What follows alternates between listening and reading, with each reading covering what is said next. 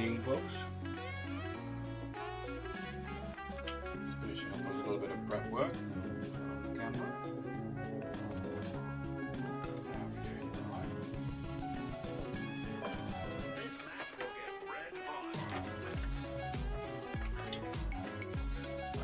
Turn on the camera now.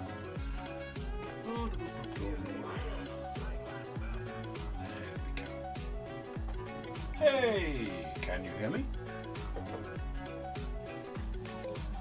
You can see that I can be seen because I am watching streams on not only YouTube today, but also Twitch. I'm trying out something new using restream.io to music is a bit loud. Okay. Let's turn down the background music a bit then. How's that? Yeah? Cool. Right. Yeah. Using restream.io to simulcast to Twitch at the moment. See if I get any uptake there. It doesn't look like it so far, so mostly it's going to be YouTube, I think. Old faithfuls, the much valued regulars. Might have just been away from the mic. No, the mic's in the same sort of place as it normally is, and I'm fairly close to it. Right, where are we in the proceedings? We are about to stick the knife on his leg. Didn't realise quite how big this guy was going to be. He's a chunky old boy. He's a chunky old boy. It's another one of these situations where this guy's not actually going to turn into an army. I don't think. He may, but probably won't. But he might. I don't know. Goes on his leg like that. I mean, it's fairly well constructed, like this miniature. I like it. Everything goes together the way you might expect it to. Oh, I'll have a lot of fun painting that axe. That's going to be fun. Chopper, sorry, not axe. Chopper. Right. Okay. Well, this raises a question. What's that? Oh, that's it. Right. That's this other arm piece. Right. Okay. I must have missed the bit in the instructions where that told me to put that on. Oh yeah, there it is. Completely ignored that.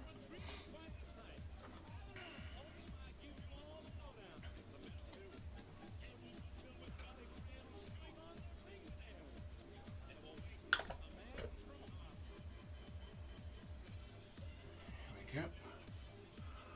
So I've got two chats to watch at the moment. Not that there's anything going on at Twitch at the moment at all. I have one viewer, me.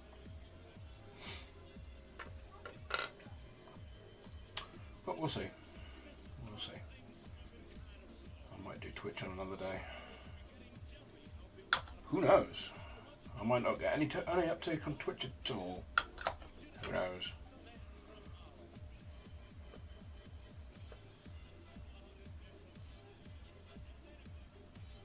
Bit more of a gaming platform, I think, Twitch. I have seen painting videos on there, but mostly it seems to be a gaming platform. Maybe I'll branch out into gaming. I don't know. I do play games. At the moment I'm playing Ark Survival Evolved with a group of friends, which I would put on Twitch, but the language is a bit post-watershed, shall we say. The subject matter the same.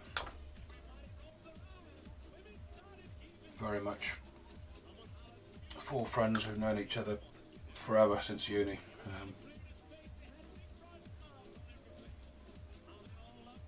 It's like playing with a game of Cards Against Humanity sometimes. Right. You stay on there, knife. Just stay on there. That's all we want from you. Just stay in. Stay. Need a bit more liquid encouragement. Yeah. Have a bit of that. Well, let's put you aside anyway. Because the usual format is I point out what I've been painting during the week, and I have not been painting much because head issues. Yes, I also talk about head issues a lot. This is mainly for the Twitch audience, which I'm yet to have. But you know, it might happen. Oh, if you happen to be watching it on Twitch at any point, and it is actually still the 7th of June, you are watching it live. It's not a rerun. That is to say, if you're watching 7th of June at around 7:30 in the evening UK time. Anyway, this is what I've been painting this week. I'd say this week. I did it last night. This morning, yeah. Started this at midnight, and I had to be up for work in the morning, which wasn't the most sensible idea, but I got it done in about 2 hours, which is about the amount of time I normally allow myself for these live streams. And this, I'm quite happy with it, but it also annoys me because I've got a miniature complete within 2 hours, and I rarely do that on this live stream. But we'll see how this guy goes. So I painted him. I don't even want a Tyranid army. I've got nothing against Tyranids per se. I just don't find them particularly interesting as a faction. They've got a very simple motive: expand, eat, and multiply, and that's about it. There's no subtlety to them at all. So I don't find them particularly interesting as a faction. The model's quite nice though. Interesting to paint. No, put it down. Right. Okay. Right. Bazdrogg Nekk-Choppa. This guy. I don't know whether to go with the same sort of colour scheme. I'm going to dull down the skin a bit, I think, because as regular viewers will know, I tend to paint in a more sort of grimdark style, and this is definitely not that. I don't know what to do about the armour though, whether to go with the yellow or go with a more sort of metallic, sort of realistic looking. Don't know. I guess I'll burn that bridge when I get to it. Why is that? Don't use a knife like this, kids. Trained professionals. There we are. Let's get this out of the way because I'm going to have to start spraying in a minute. Normally I would get my spray deck out, but I can't be bothered at the moment. So we're just going to go at it onto Artis Opus's dry brush palette here, which I was a bit dubious about at first, but I quite like now. I'd say it's quite useful for getting the consistency right with the dry brush. Okay. Shake that off. That's been in water, so it doesn't gun cut between usages. Cheapo airbrush. Cheapo compressor. Oop. Although I am told mercifully quiet on the stream. Spray and find the. I'll get to go over all the products I use again. Hey. Vallejo Black Primer is what I use. I have used others. This one is about the best, I think, with the possible exception of something I've not been able to find since. It was largely academic, I think. It was again a Vallejo paint, but it was from their Mecha range. Now I've got some of their Mecha varnish, but the primer from the Mecha range was particularly good, I thought. Sadly I've not been able to find any since. Put that over there. Let's get this guy primed. Okay, definitely got paint coming through there, good.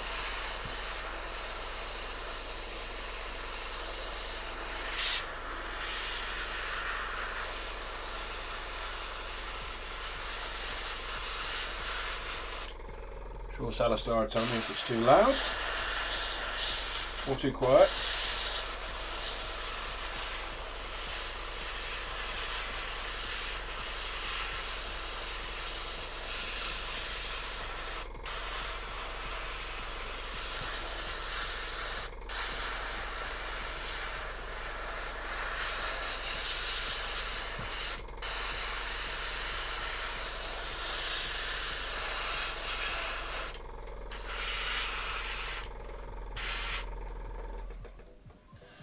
don't know whether he's joking or not. He says you can't hear me over the compressor if you're watching on Twitch, because you're not. You're not watching on Twitch. Why would you watch on Twitch? I can see that I am the only person watching on Twitch.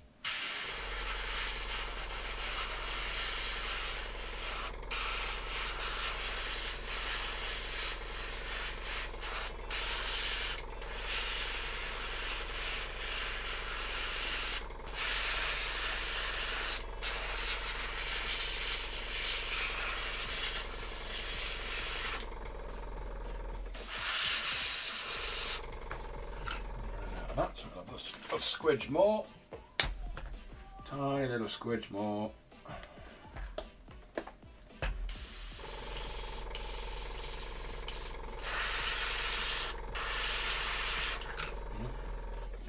Something not right there. You know what I was saying about this airbrush not getting gunged up? That may have been premature. Give that a bit of a reaming. There we are, that's better. I'll just leave that off.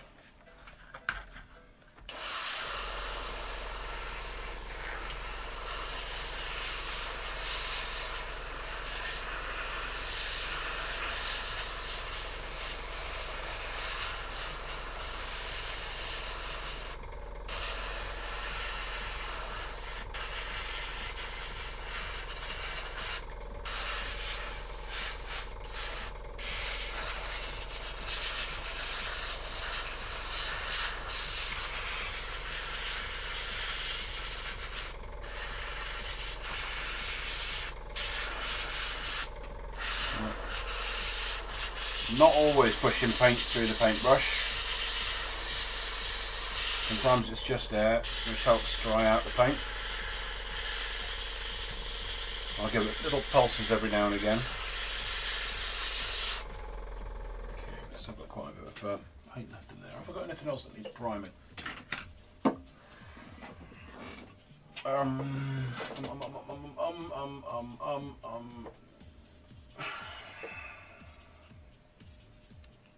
Random Stormcast Eternal.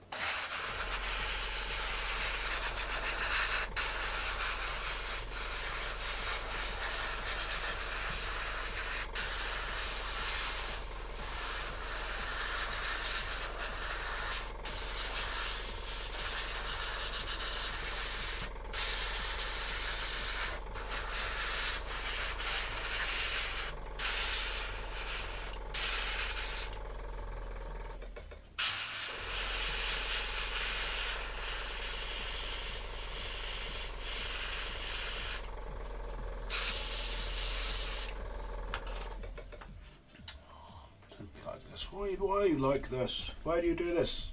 Stop it. Or rather start it. Stopping it is the problem.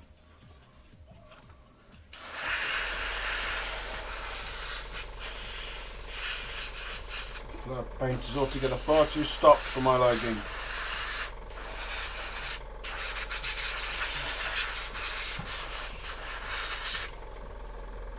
Right, you are primed. Get the ends.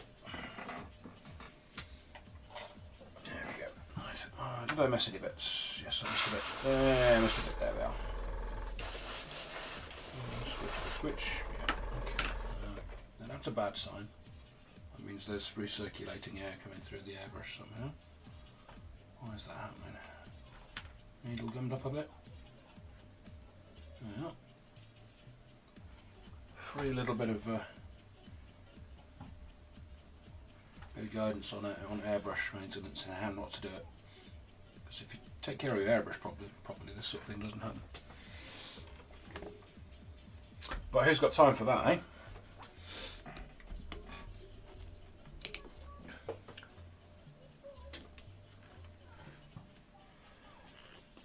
Ah, Wolf Corgi. Yes, yes indeed. It is the struggle, and the struggle is real. Getting enough paint in the airbrush to paint what you're painting without wasting loads of it. I love my airbrush. When you're painting lots of miniatures, it's fantastically quick and you can get some really nice effects with it. I would recommend, if you haven't got an airbrush, getting one. But they are not without their problems.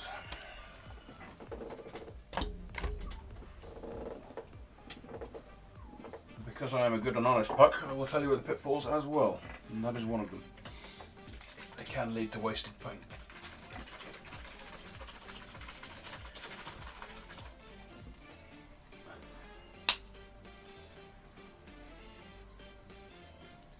Bit of culture for you there. Injected a bit of Shakespeare into the stream. Shakespeare. Oops. So this is just a zenithal, which if you're new to painting, you haven't got a clue what it means. It just means I'm spraying from roughly an aboveward direction, that's a word, just to pick out the textures.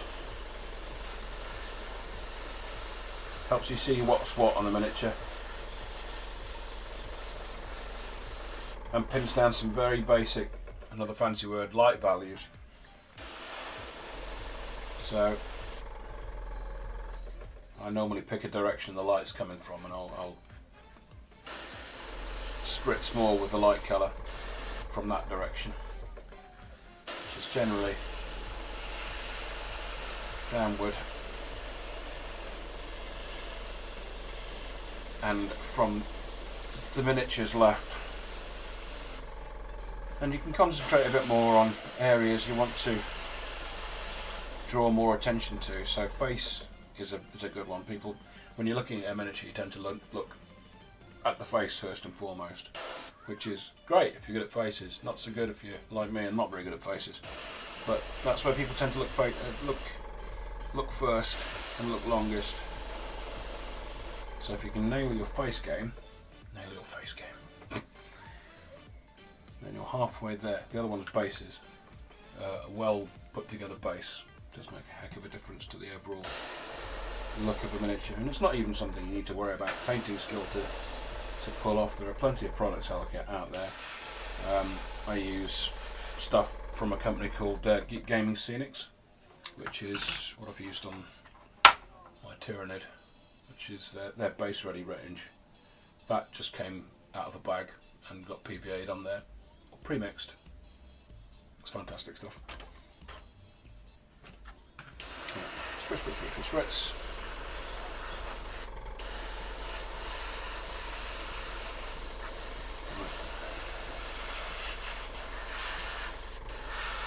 Make sure I get a little bit of extra vibrancy on the skin, because once the armour starts coming together, there's not actually much that needs doing on that. Right, let's give that a spritz through.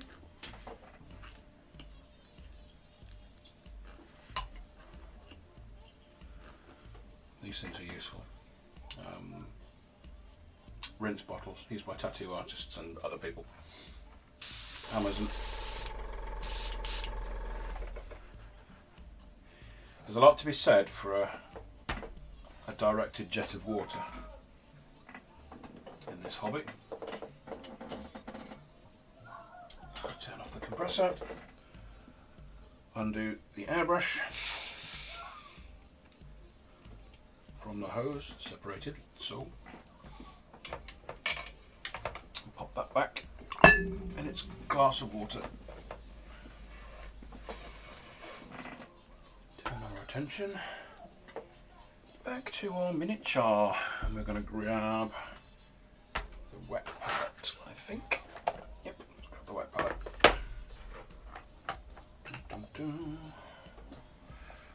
Pull the wet palette because it is a palette and it is wet and wrinkled, apparently. Don't like that. Let's give that a bit of a stretch.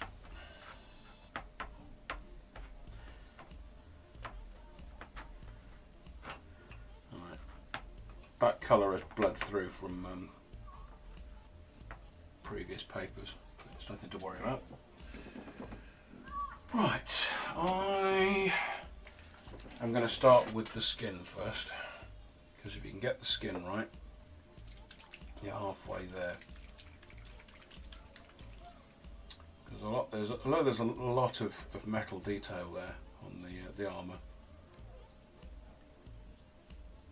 It's going to be fairly easy to paint. The skin's going to take a bit of time, so we'll concentrate on that. Grab a paintbrush. Really does help when you're painting a paintbrush, I tell you that. Don't know if you ever tried painting without one. Can be done. Messy though. Right, here's one paintbrush. That's a number 2. That's a number 0. It's probably a bit small for what I need. Where's my number 1? No. I am not a number. I am a free brush. There's a number 1. What's that? Is that a number 1? That looks like a better number 1. No, that's rubbish. Oh, the amount of dead brushes I have. Well, that one, for instance. But we don't get to use that for any fine detail. That's proper mount. I'm going to use that. Right, let's use the 2. And we are going to use a bit of Luxon Purple. Now, you may have heard of slap chop style. This is more or less what that is. In fact, let's go full flat chop. That flat chop? Yeah, let's go full flat chop. Let's invent an entirely new style based on inability to speak. Full slap chop, and we're going to put a bit of white dry brushing on this, just on the very upper edges. You joke, Salistar's talking about finger painting on the YouTube chat. You joke, Salistar, but it is possible, and it's a whole new experience. You don't get good results, but you can get some striking effects. Right, reach for a large dry brush. This one's from Army Painter. Pick up a little bit of moisture from the wet palette. A bit more maybe. Yeah, that's about right. Yep. Get the edge of the dry brush in your paint. There's quite a bit of paint on there. Onto the dry brush palette.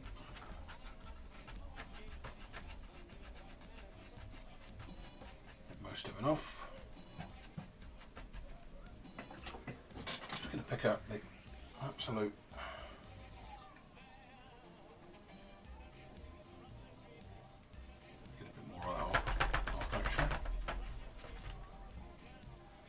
You can do the whole zenithal process purely with dry brushing, by the way. You don't have to use an airbrush. It's just that I have an airbrush and I don't see a reason not to use it. You can almost say that having an airbrush is a reason to use it.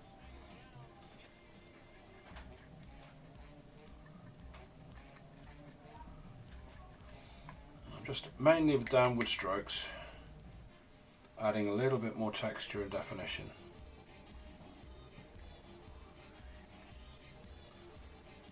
Making those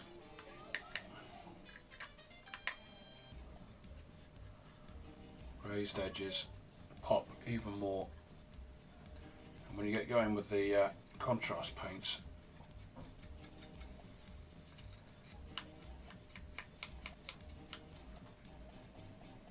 I thought about doing half the model with the white dry brush and half without, but no, let's not do that. There are lengths I would go to in the course of education. That is not one of them.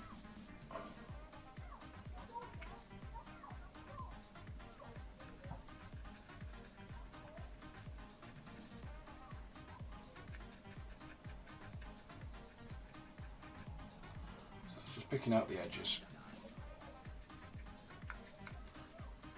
And this will show up with the contrast paint. Very well. Again, contrast paint, if you're new to the hobby, which you might be, I suppose, if you're watching on... Oh, somebody's watching on Twitch, wow. Hello to my Twitch viewer. You are watching live, despite it saying that it's a rerun.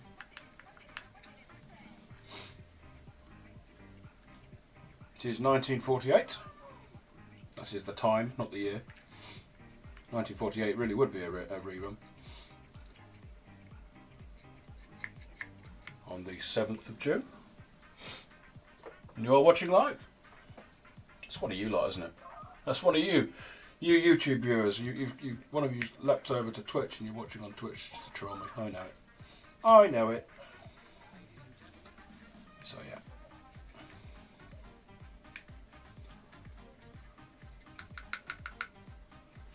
There we go. You can see there's a bit more texture and definition to that now.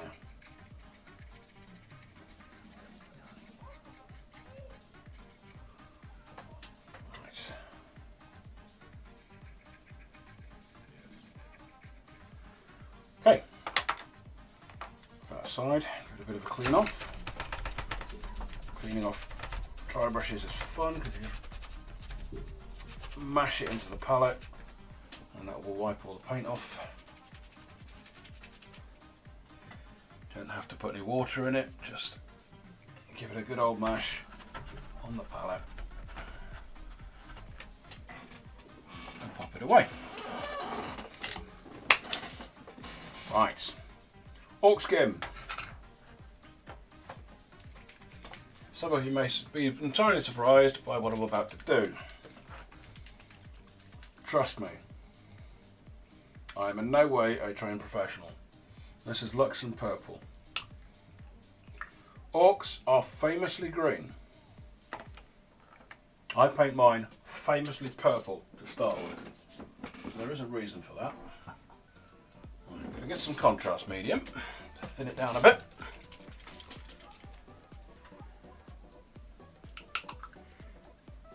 Contrast medium if you've got it. If you haven't, but you've got something like this, this will also do the biz, sort of. But I do have the contrast medium, so I'm going to use it because that's what's in the paint. It is literally formulated for contrast paints.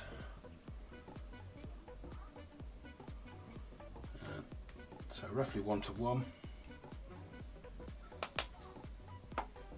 and that'll just thin that down a bit.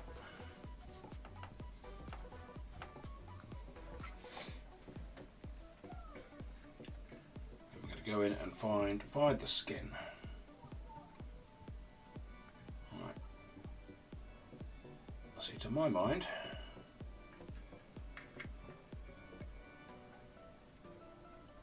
these guys are very much,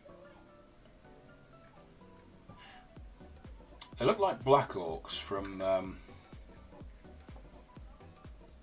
early Warhammer fantasy. So that's how I'm going to paint him. He's going to have a not quite so lime green feel to him, very much darker, more realistic, more dangerous looking tone to him.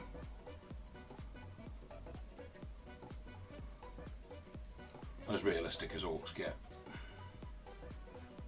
I think that might be skin. No, it's hard to tell.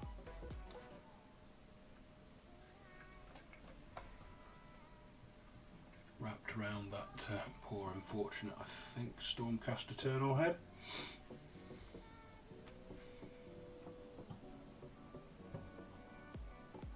So again, I paint grimdark, so I tend to go a lot darker and more realistic generally with my miniatures.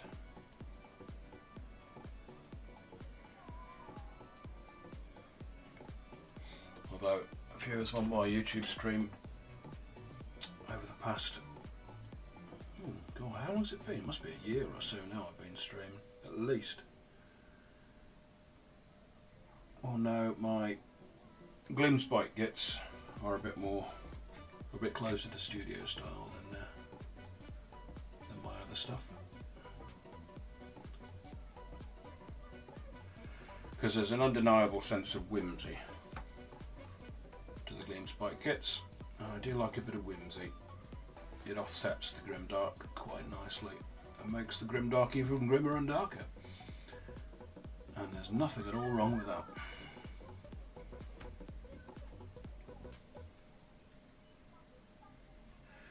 Why is this lunatic painting this orc purple? You may be thinking.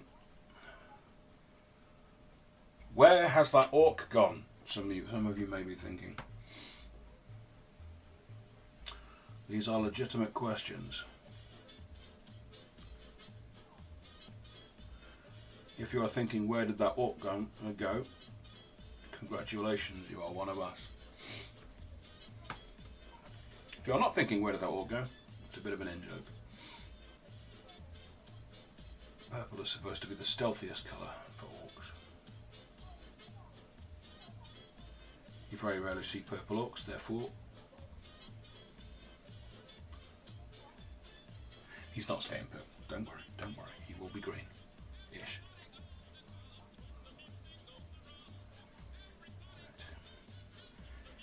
Get the paint into the crooks and nannies. You should only need the one coat with contrast. It's best to try and keep it to one coat, or if you have to go over again, make sure the paint is dry before you go over with the next layer, because contrast paint has a tendency to tear, and if it tears, it's very hard to rectify. So if you have to go over another spot, be delicate or wait until it's dry. I would recommend wait until it's dry, unless you're doing a live stream and you haven't got that luxury of time. Let's get that up under his armpit as well. Nobody's going to turn this upside down and look under his armpits and stuff.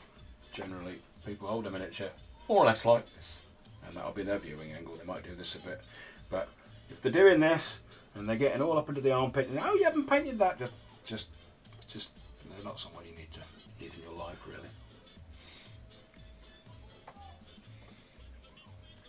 Right, the green.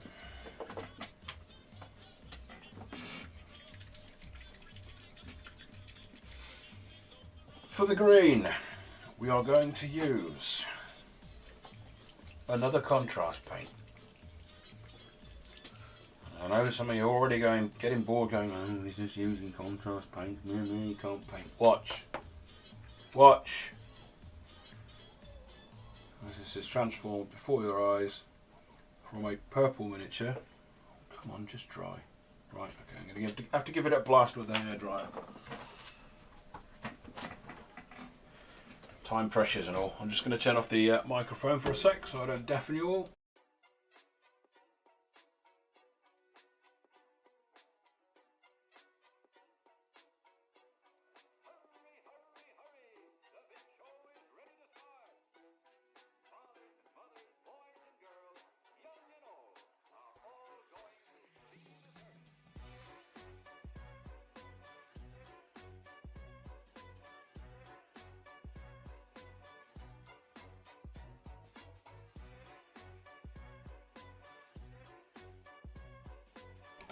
Right. One thing I will say about using hairdryers on contrast paints is they will make the paint dry differently. Something to be aware of. It can be a little bit glossier depending on the composition of the paint, what colour it is. Yeah, each of the pigments means the paint dries differently. That's just a thing with all paints, that's not contrast paints. Sometimes it's necessary to give it a bit of a blast with a hairdryer if you press for time. I think that's come out all right. So I'm just going to go in with a bit of Plague Bearer Flesh over the purple. And you will see, hopefully,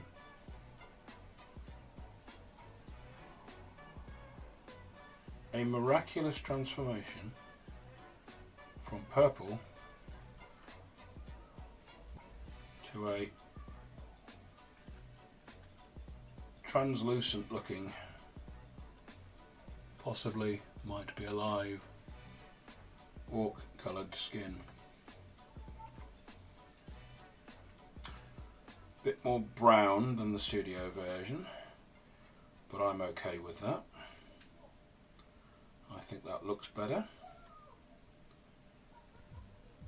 And because there's the purple as a base, there's ever such a slight suggestion of blood beneath the skin, which brings the miniature to life, I think. If this is the first time you've seen this technique, I would highly recommend you try it. This works with plague bearer, well, work with pretty much any thinnish green contrast paint you want to use. Let's see if I've got one of my goblins to hand.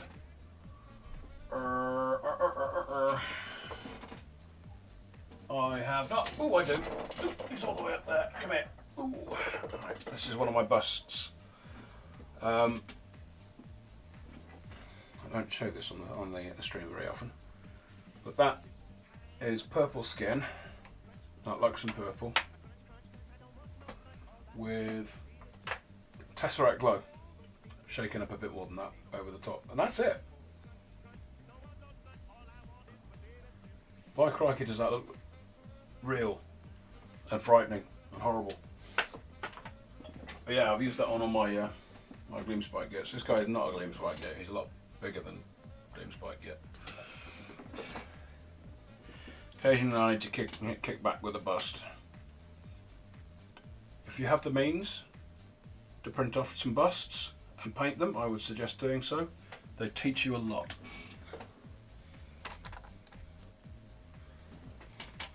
Right. Back to painting this guy green.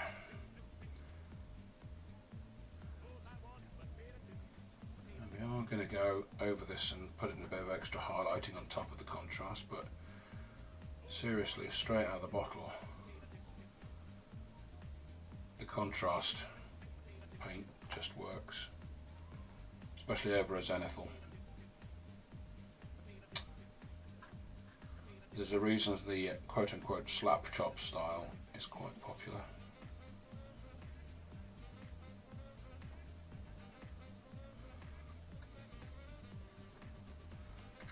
And it's not a new style, I hate to break it to you. The actual technique has been around since medieval times.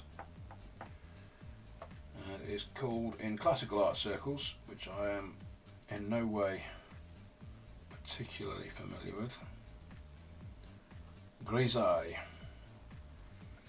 You paint things in tones of grey and then you go over with more pigmented paint. Because pigmented paint back in the day was murderously expensive. And if you've ever been to an art shop, pigmented paint, proper professional pigmented paint, is still murderously expensive.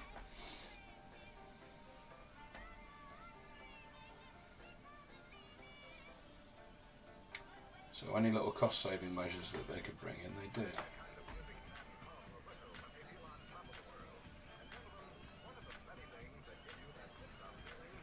Grisaille was one of those cost saving measures.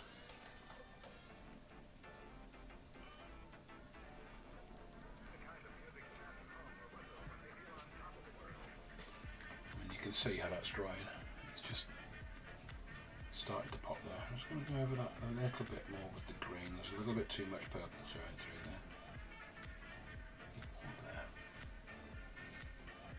But I mean, that's just, it's bonkers.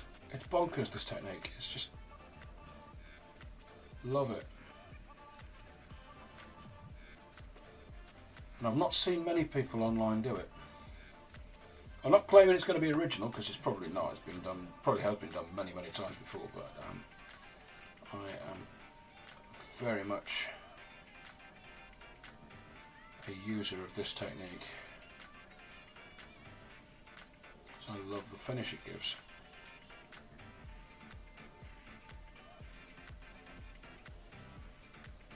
Whether fantasy or AOS.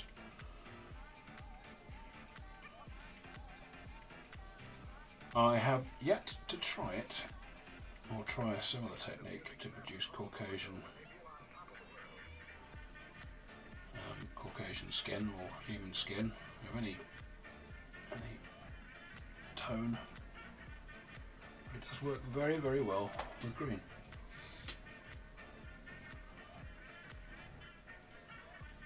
If you're unfamiliar with my stream and you're watching on Twitch, you will notice that I am not very good at keeping the miniature in frame. This is just one of those things. I'm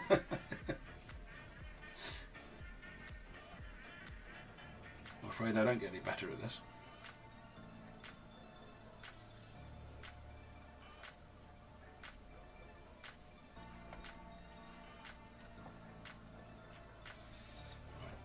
Okay, so I'm just going to dump a bit of this contrast paint on the wet palette. Reach for... what should we reach for? No, not that.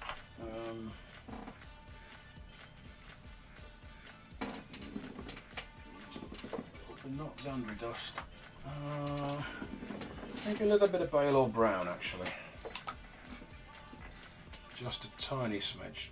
Something with a little bit of matte quality to it, and a little bit of a lightning quality to it. Lightening, not lightning, as in bolt from above. Just want to get some, maybe some shabty bone in there as well, just to give that a shake.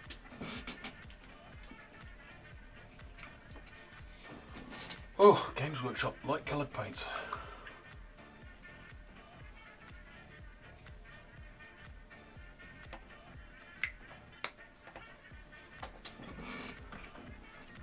Put that back on the shelf.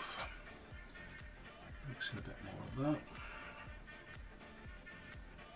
Yeah, so there's some green tones there, but it's mainly sort of veering into the brown end of things. I may have taken this a little bit too far, we'll see.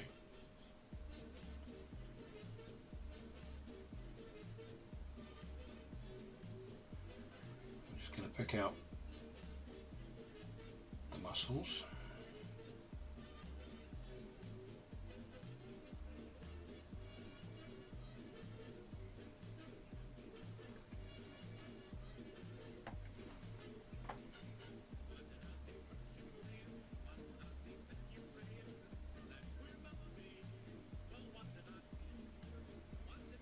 Because the contrast paint's still in there, you're still getting that little bit of transparency, which is working rather well.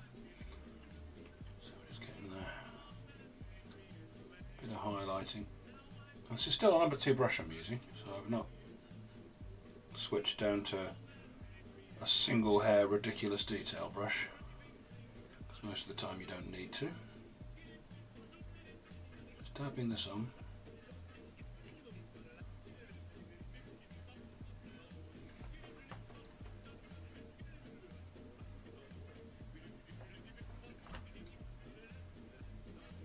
Over it a few times if you need to take those values up a little bit more.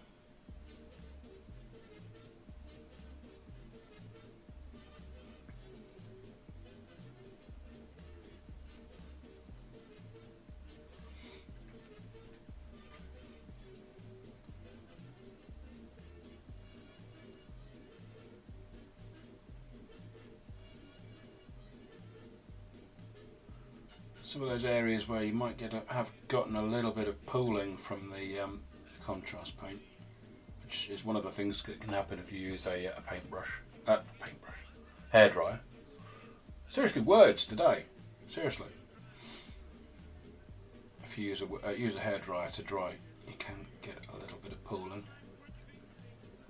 and you could just use this to smooth out those transitions.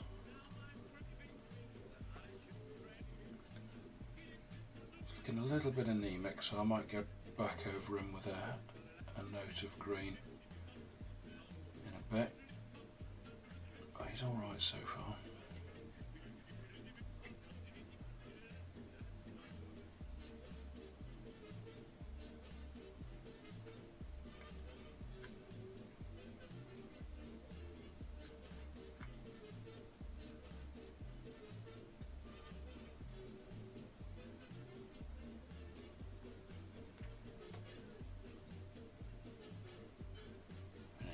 Jaundiced is the word, not anemic.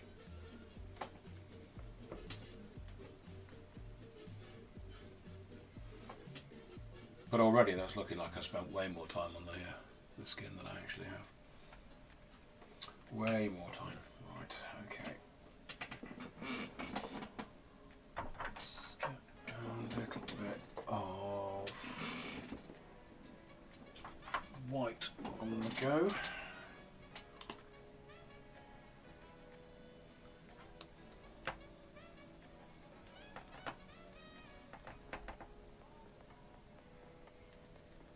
This is going to be our last pass with a highlight, because we're not, this is only for table ready. What's it Games Workshop calls it? Battle ready, that's it.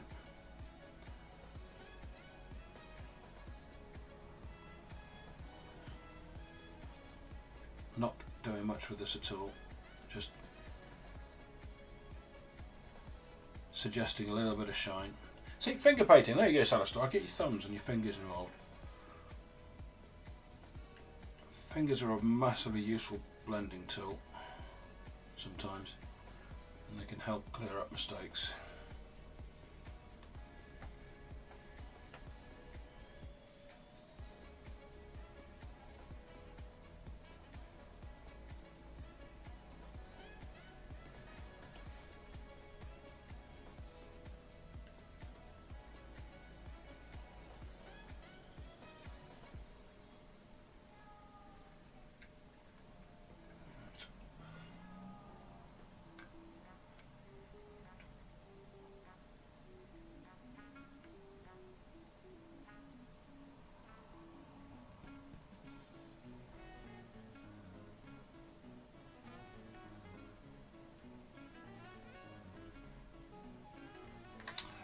Sometimes we're going quiet. If I'm going quiet, it means I'm concentrating a little bit.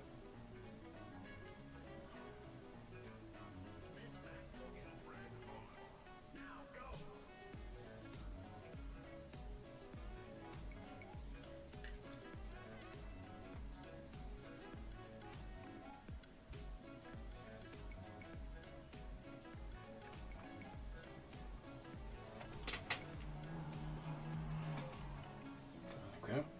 That's the skin more or less done. What's the back of his hand looking like? Maybe give them a little going over.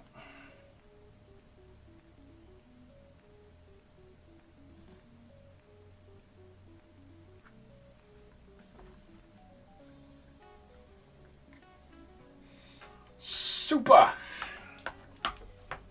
Super duper. Right.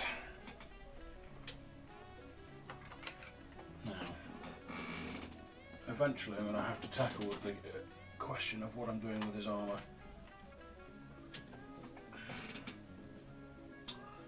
I think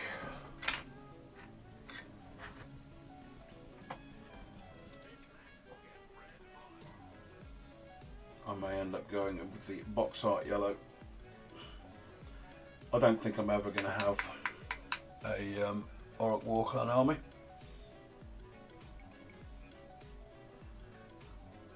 Or, yeah, let's go with the odd panel of box art yellow anyway.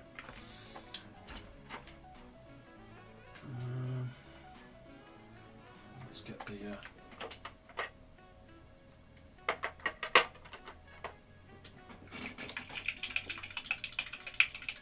leather bits done first, because they'll be quick. We don't need to spend too much time on them. So leather and wood. I'm just using snakebite leather, straight out of the bottle.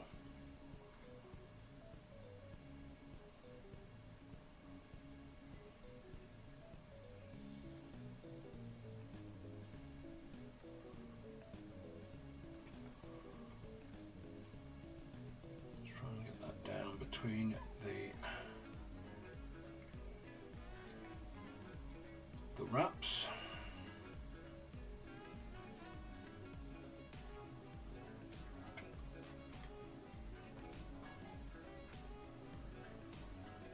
Bindings on the teeth there, or horns, or whatever they are. leather.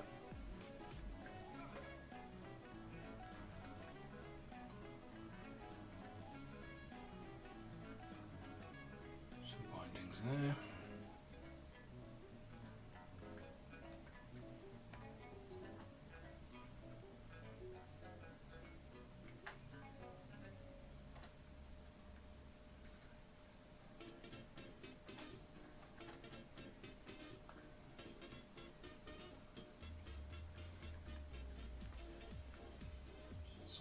There, get that.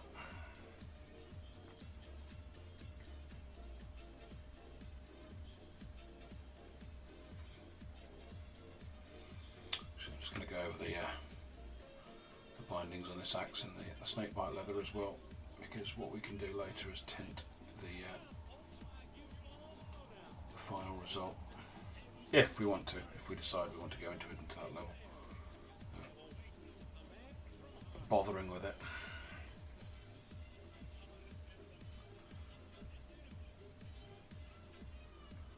Yeah, I just went under the axe head there, I don't care. I'll be going over that with one of my other staple contrast paints for all things metal and, oddly, leather.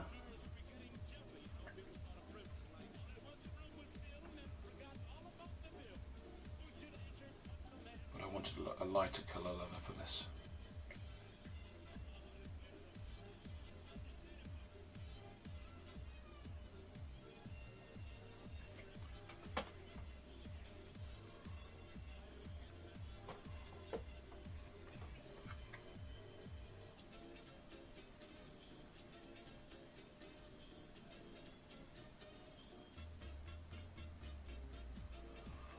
What's that, Salastar? Never say never, green is a strong lure. What are you talking about? Oh, right. The Aurochs, yeah, not having an Auroch. Yeah, okay, yeah. Never say never, but let's say it's not on the immediate list of things I want to do. I mean, I do have some orcs. 40k orcs. I've had them for quite some time. I have no real desire to paint them. What am I going to do with the trousers?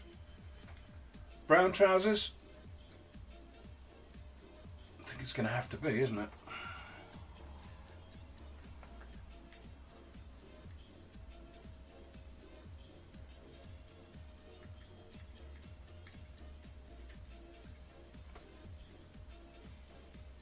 Get up and under there.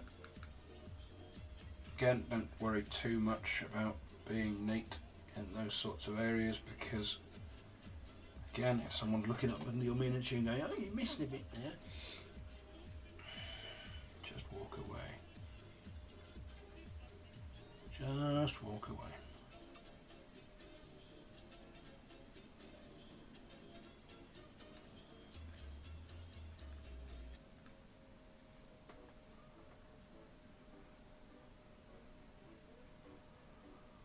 There are levels of anal retentiveness you just do not need in your life.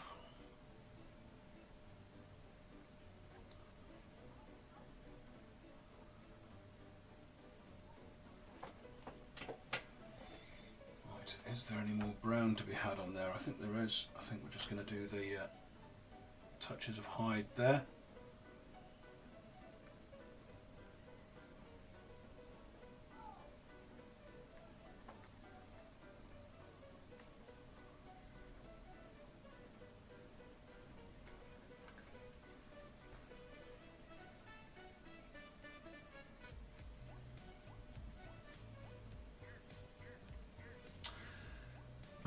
To be honest, Salastar, you are right. You are right.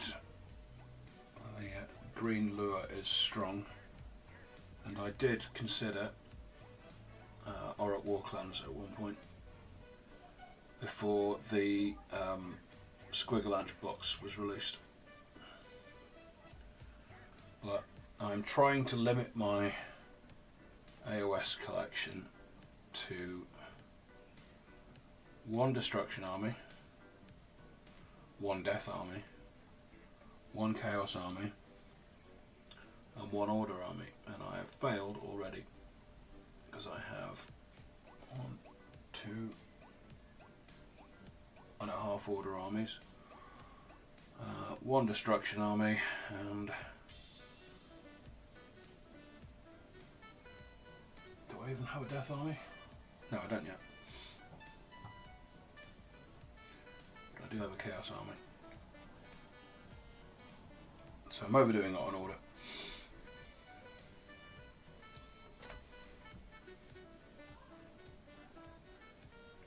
So that's looking like it's all metal and such. Oh, that's actually a jawbone. Cool, cool. Right, okay, yeah, I think that's all the leather. Can't see any that needs to be that sort of leather anyway. And you can see how wonderful these contrast paints are. They just do most of the work for you. And you can either leave them as they are for tabletop standard, or just push them a little bit more with regular paints to bring up the highlights and the contrast.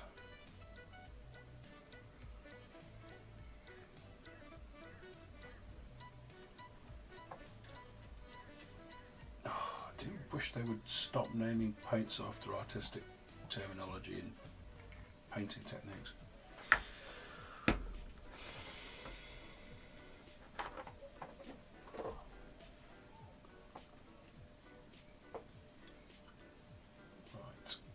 What we're going to do is we're going to do some bits of yellow armour and some in Garagax sewer.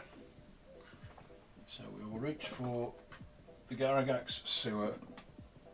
Careful, careful. No, we're not going to reach for the Garagax sewer first. Thinking it through. We're going to reach for a nice dirty yellow colour. Now let's drag. Give it a good shake.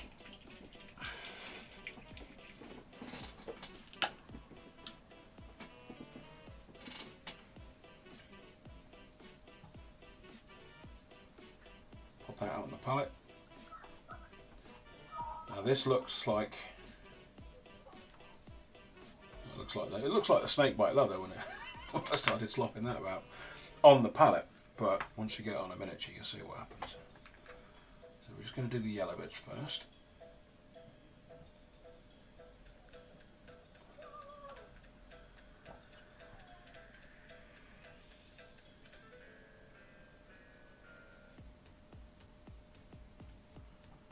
Comes out as a rather nice dirty yellow.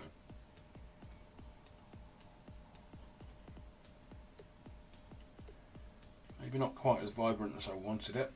So what we're going to do, you noticed I painted the underside of that panel first, just in case I wanted to take it up a little bit, and I do. So I'm just going to mix in a bit of Imperial Fist, which is a stonking yellow colour. Even if you are not someone who uses a lot of contrast paints, if I could recommend one contrast paint to get, it is this. It makes your yellow life so much easier. Hello, Sarcastic Monkey, how you doing? I know you've been riddled with the glees of migraines. I hope you're recovering nicely.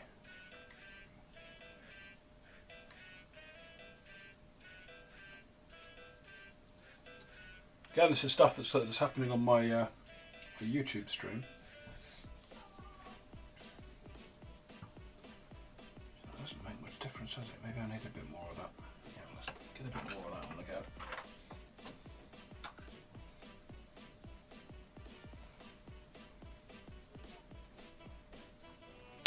There we go.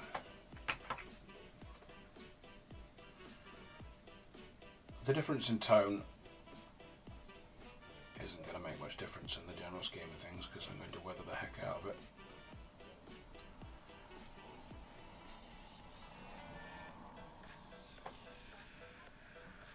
But it's not bright yellow like the box art is, and I'm okay with that.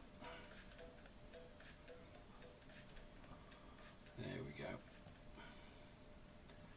And now you can see what that white dry brushing has done. So those areas of extreme highlighting which I've not had to do at all. That's all the white dry brush.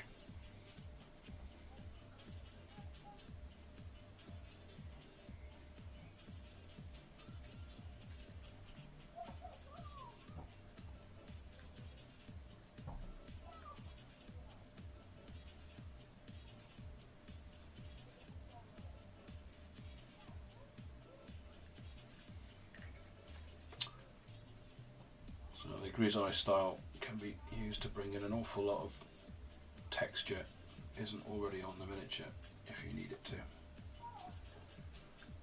You know, there aren't really a lot of big flat areas that don't have a lot of sculpted texture on this miniature, so it's a bit hard. But things like cloaks and things, you can get your base greys down for your grisaille, and then you can, with the lighter colour greys, you can actually just paint on texture and all sorts, and then go over it with the contrast or inks or whatever you want, and it just pops out. I think we'll have that in yellow as well.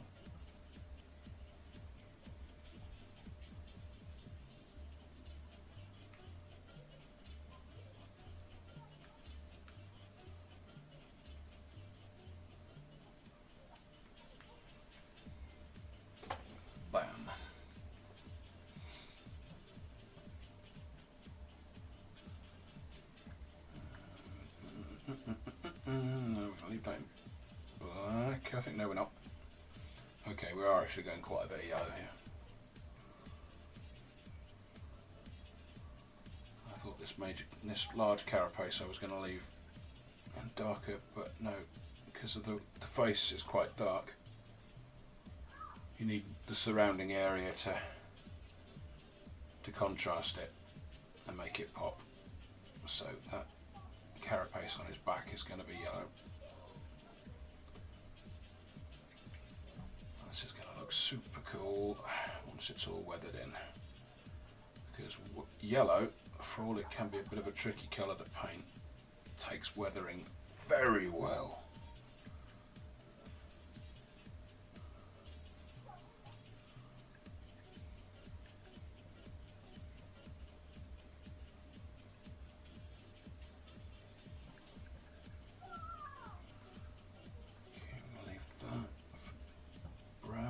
Brown, get up under there.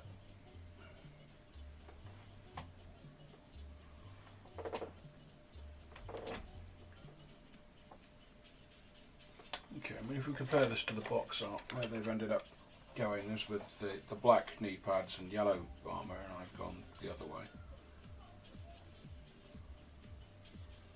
I'm okay with that.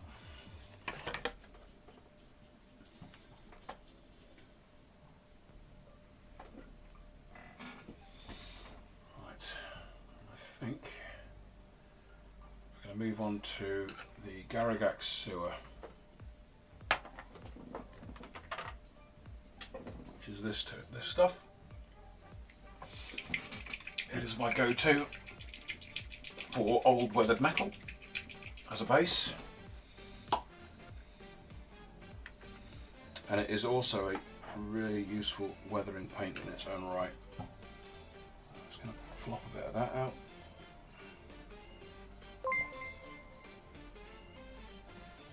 How would an orc doc treat migraines?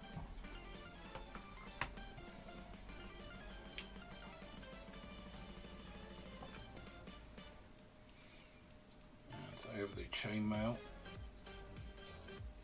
So let's thin that down a bit with a bit of medium.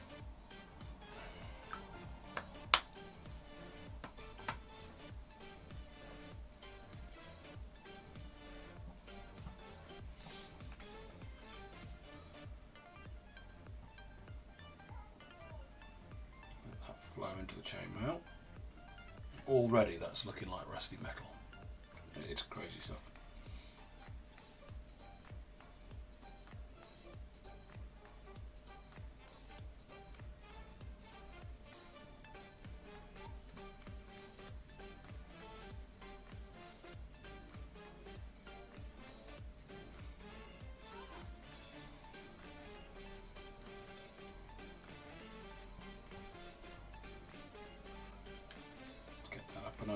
into his belly plate.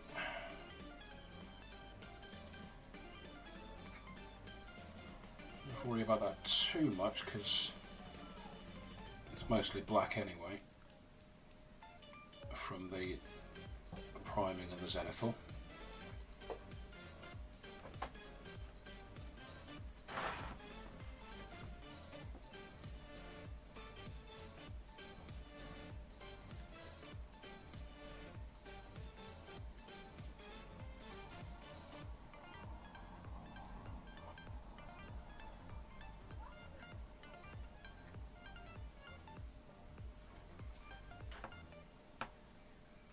Some of these big rusty panels painted on as well.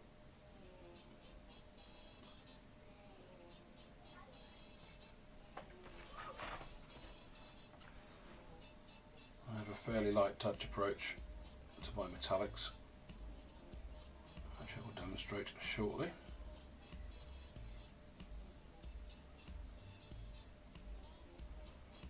I see school of thought that says paint everything, all the metallic bits, completely solid with a metallic colour.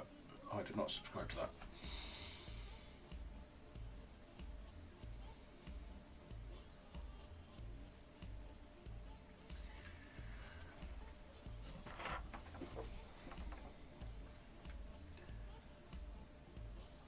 Another part of the reason I'm using an awful lot of brown in this miniature is it kind of ties it all together.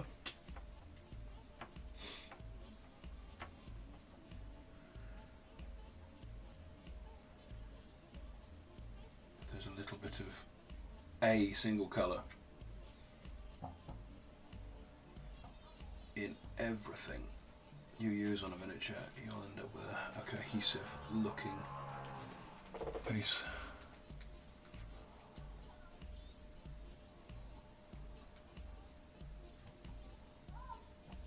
Ooh. No, I didn't get a notification. I do apologise. Thank you very much, Monkey. Thank you. I think my speakers are off because I'm streaming at the same time. I'm streaming on Twitch and YouTube at the same time. So I didn't want to take the risk of getting sounds popping up all over. So I think I'll turn my speakers off. I do apologise for that. Thank you very much. If there was a message with it, came with it, I didn't get that. So if you want to pop that in chat.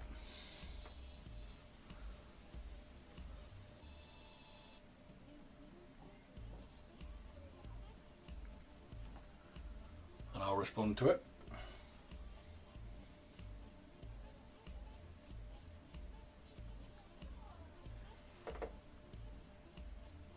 Oh, an orc dog, yeah, lop it off.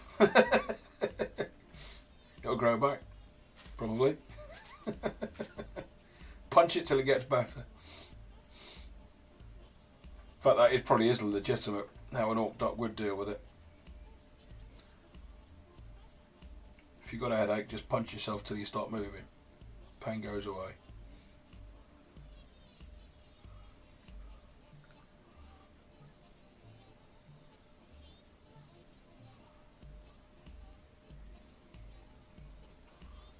Sounds about right, yeah.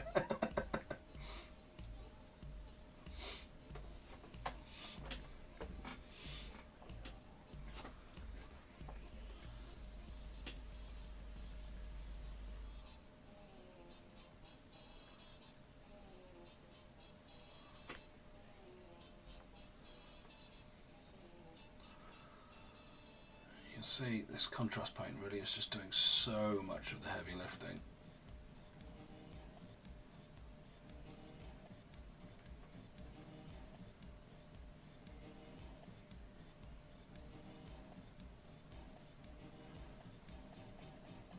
I won't say it's completely skill free because you're still going to get the brush in the right place and the paint in the right place, but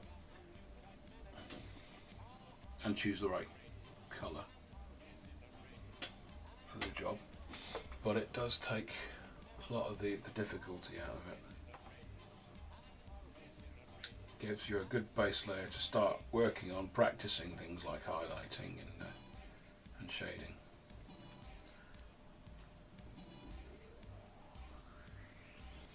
nice to have a miniature that looks okay, that you're not going to ruin by practicing other techniques on.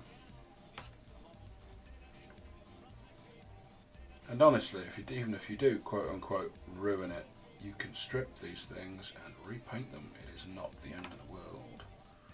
In fact, there's a certain wisdom in doing that, especially if you don't have an awful lot of miniatures coming in, because the only way you are going to up your game with miniature painting is repetition. Through repetition. How can I improve my my highlighting game? Do it again. What about my shading game? Do it again. Paint another mini.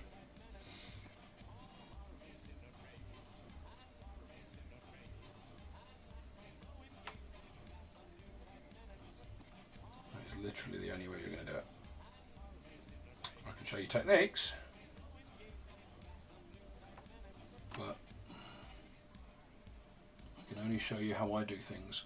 You will learn your own way, young grasshopper.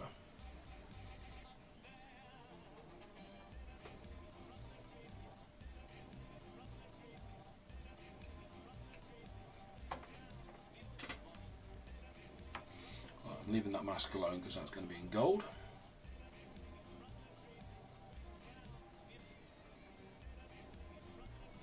Paint his fingernails in.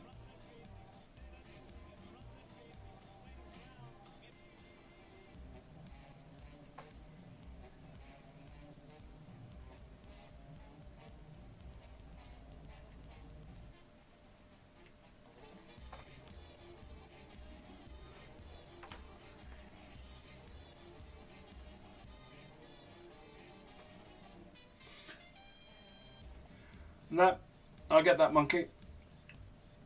He's just saying that he doesn't want to strip any of his miniatures, and he's weird like that. No, I don't think you're weird at all. I don't do it very often, but that's because I haven't. It's going to sound remarkably arrogant, but I haven't actually got to the point where I've messed up so bad on a miniature that I just can't bear to look at it. It's not to say I never will.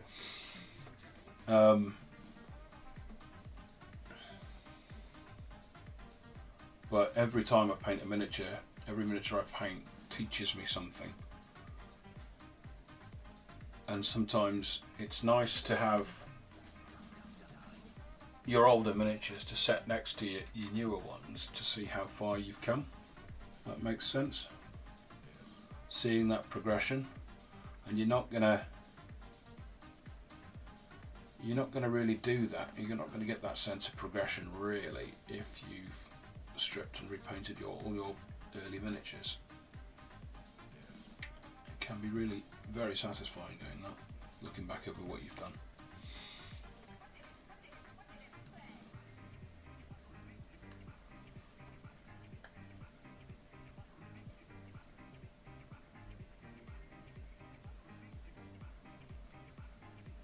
And you'll notice with the contrast paints that I'm trying where possible just to do the one stroke and not to go back over areas. He says just going back over an area. As I mentioned earlier, the contrast paints have a tendency to, once they're drying, if you go back over them they can tear, and that can occasionally be quite a difficult thing to rectify once it's happened, and it will be very obvious when it happens. It looks like nothing else other than the paint has torn.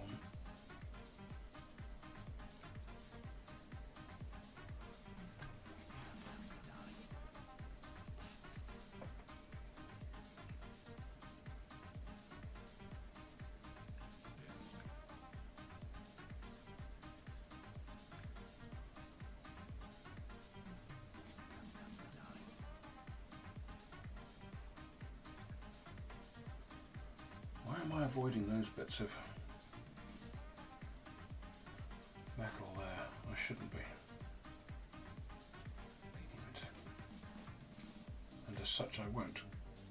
There's a metal, they're getting painted in the metal colour. I can change the tone of them later.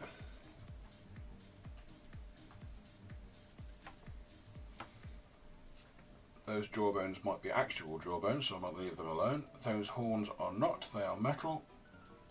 They will get painted as metal.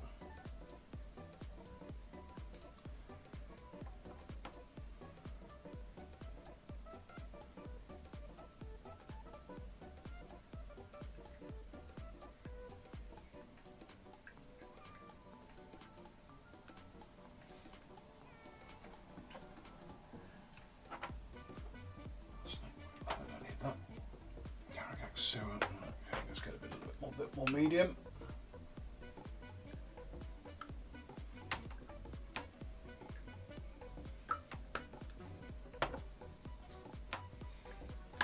More Garagax Sewer.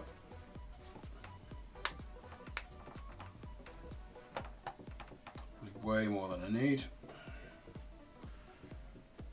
I'm just going to go over the chains.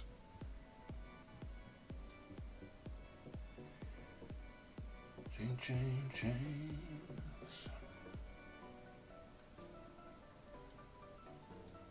Chains of fools.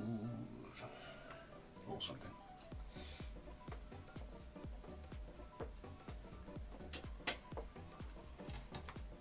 Oh, it's good to hear, Sarcastic Monkey. Yeah. It's nice to be at that point where you can see progression in your own work. And for having seen what you've posted on various Discords, you are progressing nicely. You really are. I'm not just saying that. You can see the progression.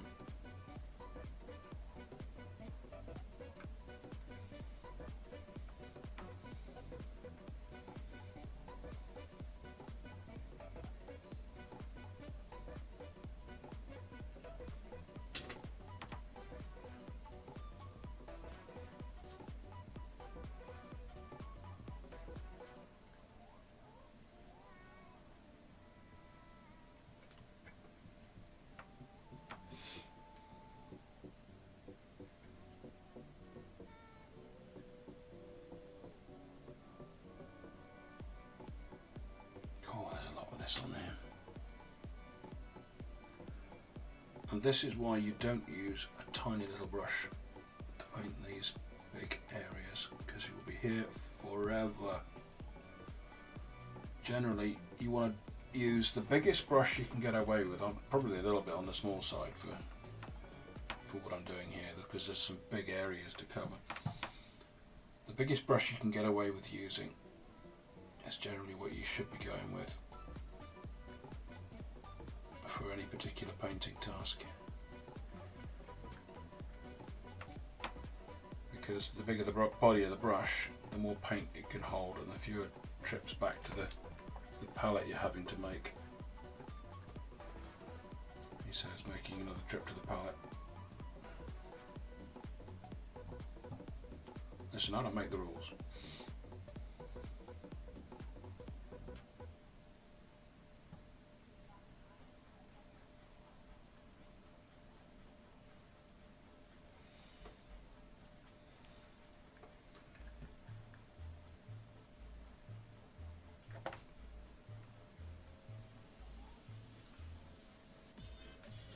Come all. So you put it in Brushworks, paint an orc brown.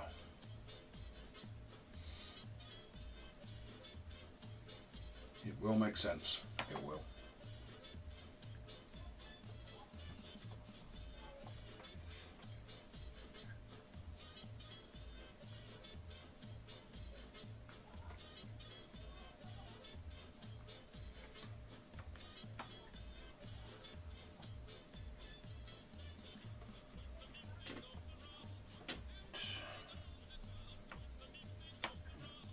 Missed his pouch.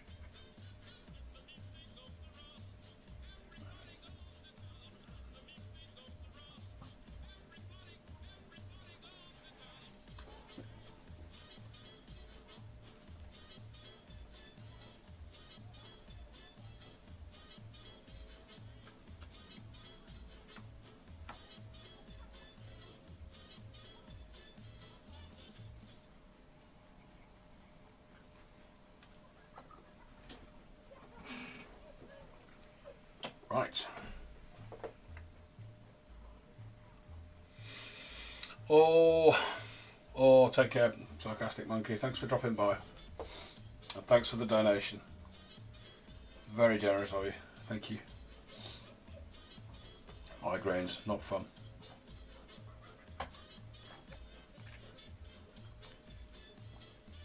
Right, okay. I'm going to do a little bit of weathering on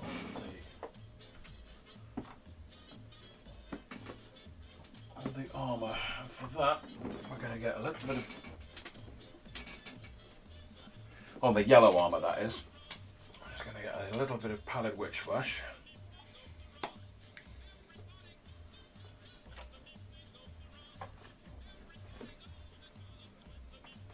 Oh, I missed some, before we get stuck into that, missed a bit of metal.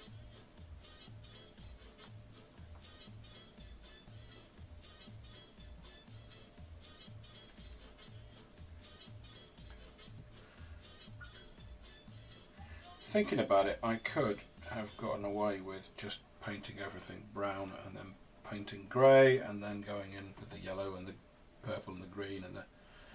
but that is not a thing that happened.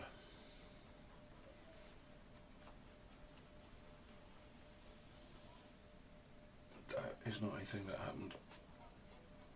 It would have made sense, but I have my process. My process does not always make sense.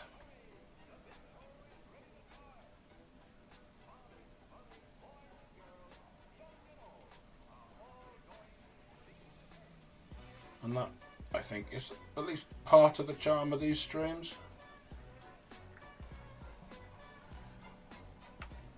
Sometimes it's sometimes it's good to tune in and see someone making mistakes.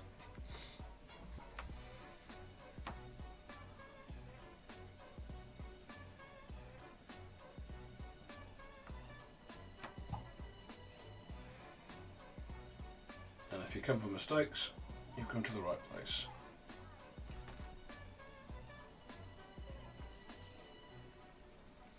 Why has he tried to make the skull on his backpack look like himself? That seems a little bit morbid. Just noticed that it's got the same eye patch he has.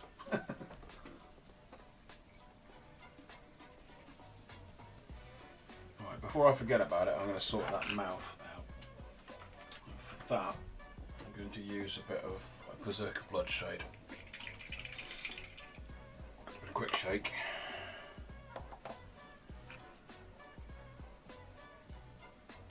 Otherwise he's going to have a white tongue and this will not do. So,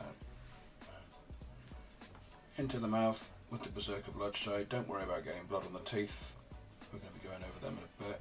And I don't know, it kind of adds to a certain level of grim darkness to it. Yeah, actually I'm kind of digging that. No, I'll go over them. But it just adds a little bit of colour into the mouth.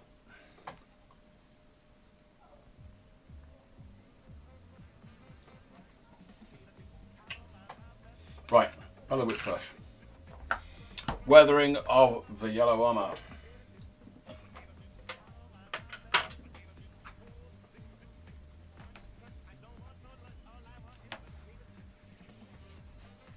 So we're just going to spot this around some of the edges.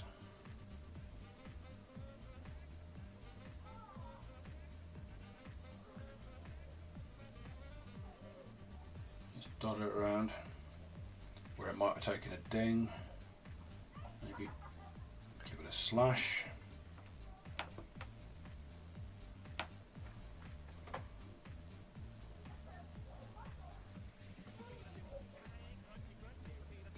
It looks kind of stark at the moment, but I haven't finished.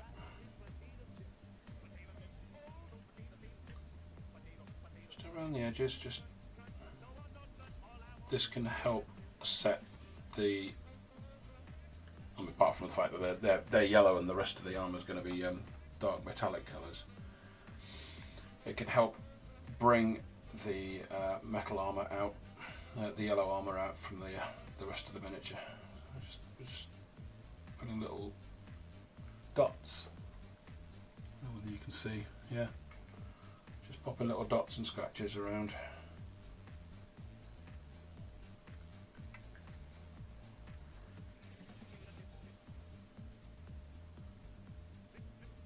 Where the armour's been dinged.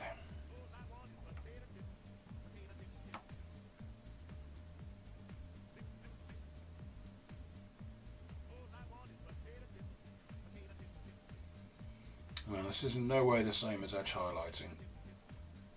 You can be a lot more haphazard with it, but in some ways it has the same kind of effect.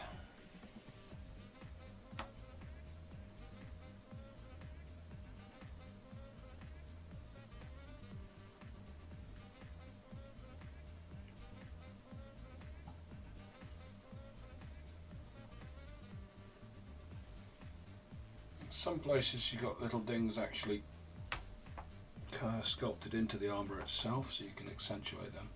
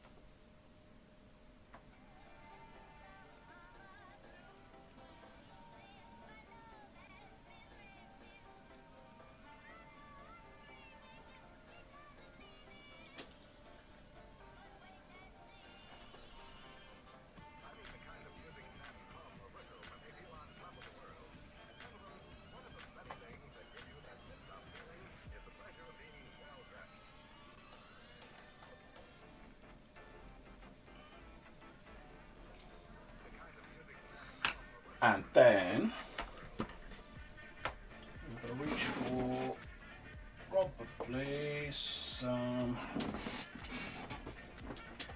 not contrast paint. I'm going to reach for some Skaven Blight Dinge.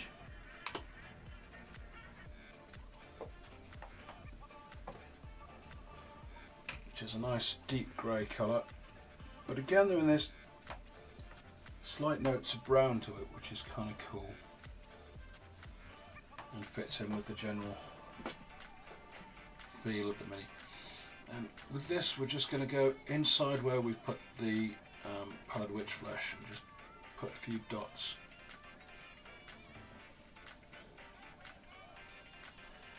For this, I might actually get out to a smaller brush. This is a 0.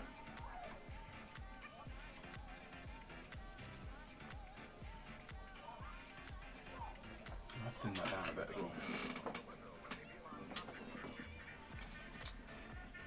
Yeah, a great glazing medium, or you could use water.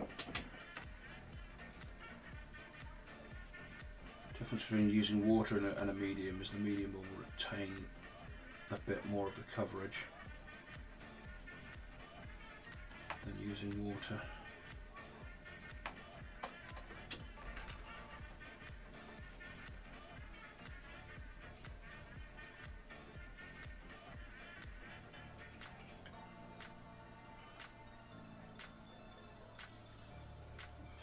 Maybe actually we want to go a little bit darker than that.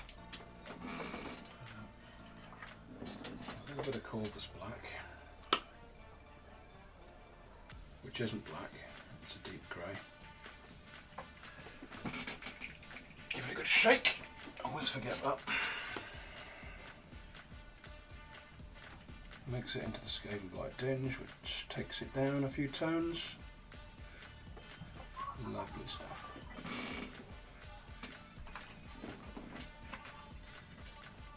Yeah. Just inside the, to be too fussy about it. So where we've got the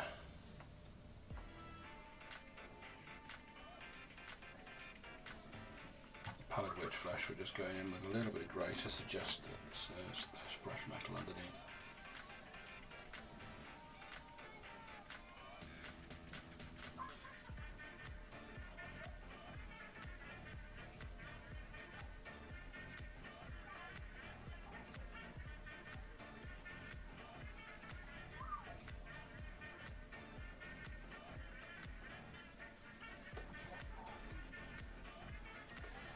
this works just as well on Space Marines.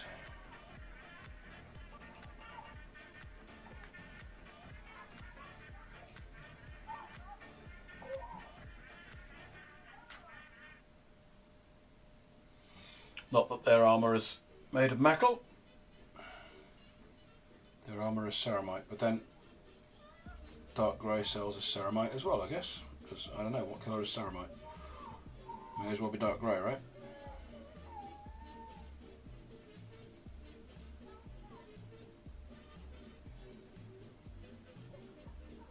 Oh dear. The neighbour's kids are out playing with a football and I think it's just ended in tears. Oh well, that'll learn them.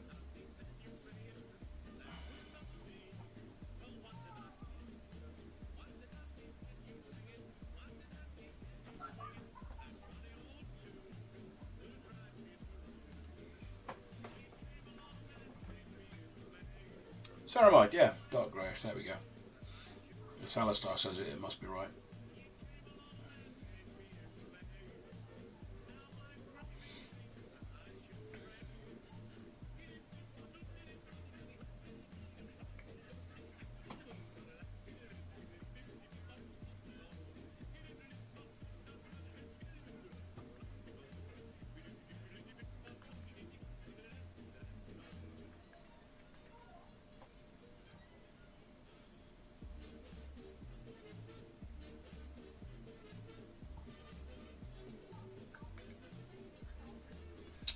Go. Told you yellow weathers up nicely. And we can even, if we want to, add a bit of rust into the equation, but we'll do that later. Because we've got all this general metal colour to do now.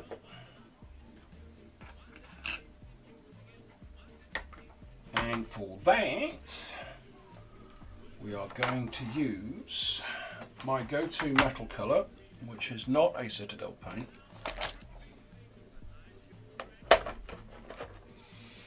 It is a Vallejo paint, and it is, actually I'm not going to use that.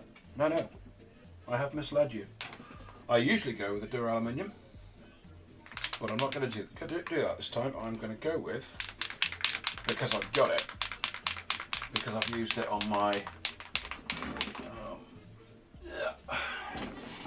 iron hands. The steel colour, which has a darker metallic pigment in it.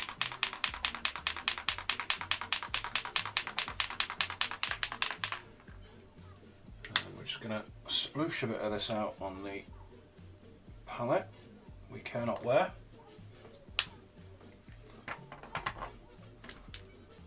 Get a nearly dead brush. Yeah, it looks pretty dead, doesn't it? Let's go with that. That's dead. Get the worst of it off. This stuff goes a long, long way. So you don't need to use much of it at all to get that metallic effect. I'm just going to gently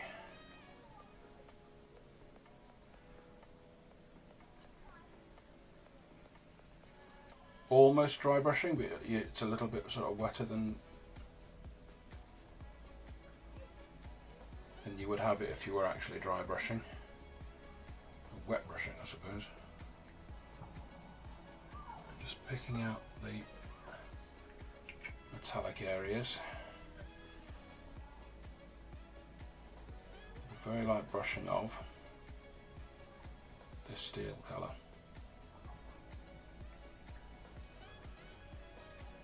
And it's like magic. It's just boom.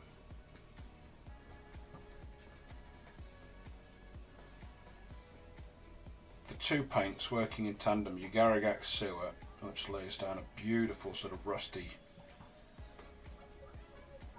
old metal undertone. And then this really high but very finely pigmented metallic paint is just bam. It's wonderful stuff.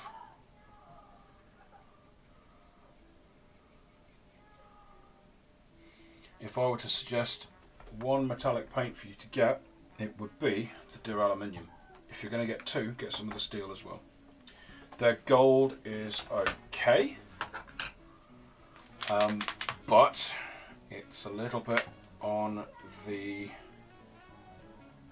pale side, I think. It's it's good for antique gold, I guess. But you can filter over that with inks and things, so you know it's not the end of the day. I do use that quite regularly.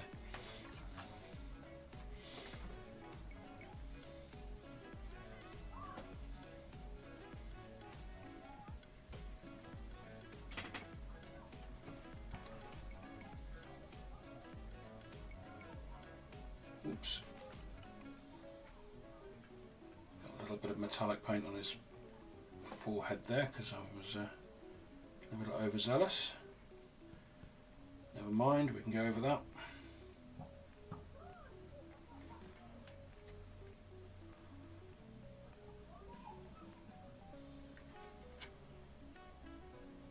And this is just super speedy, super effective.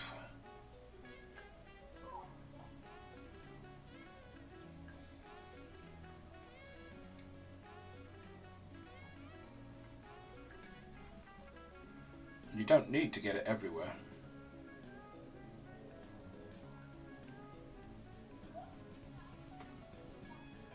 To give that impression of it being metallic. You just getting it so it catches the light. So I mean, catching the edges is kind of the main aim of the game, I suppose, because that's where most of the light and the definition is going to come from.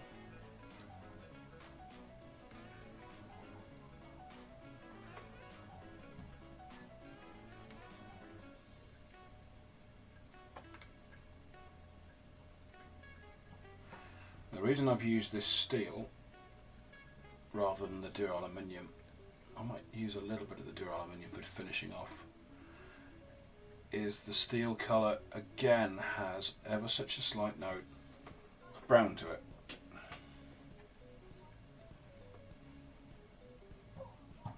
Again, we're tying the miniature together colour wise. If we stipple a little bit, it doesn't even matter if we get a little bit on the yellow armour, because again it will sell as a fresh metal. It'll catch the light, create a little bit of interest.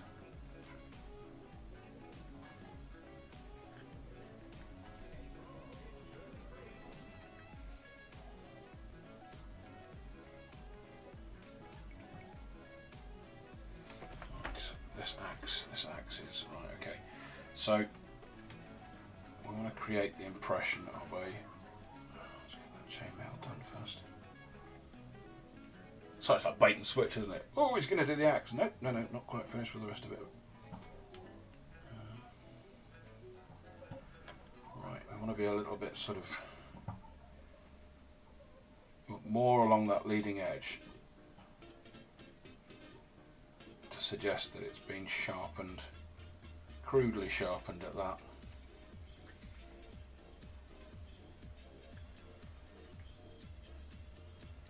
So we're flicking inwards from the leading edge as if it's been, I mean this just wouldn't sharpen on it because of these little metal burrs, but whatever. We're having fun with it. The rest, just take the rest of the metal off. Just give it a bit of a quick dry brush to suggest that it's metal, and old metal at that.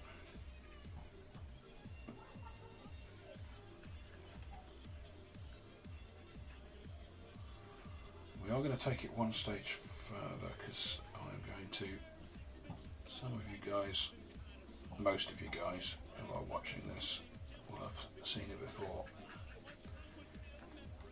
I am a big fan of a product called Dirty Down Rust. Some of you I know have tried it, and I don't need to convince you how wonderful it is, because you've tried it. But this stuff is literally cheating when it comes to spots of rust. I'm not going to overuse it because I don't want him looking completely rusted out, but I do want him having that grimdark feel to him. Right, okay, where's my... These are not quite so dead brush. Metallic off there. Let's pick out the chainmail.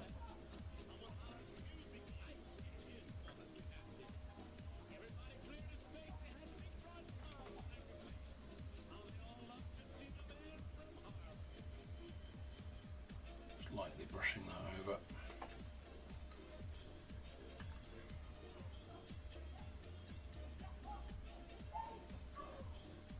Also going to hit those rivets. Actually, we're not going to hit those rivets with that metallic. We're going to get a little bit of Garagax sewer back from our wet palette and pick them out with that first.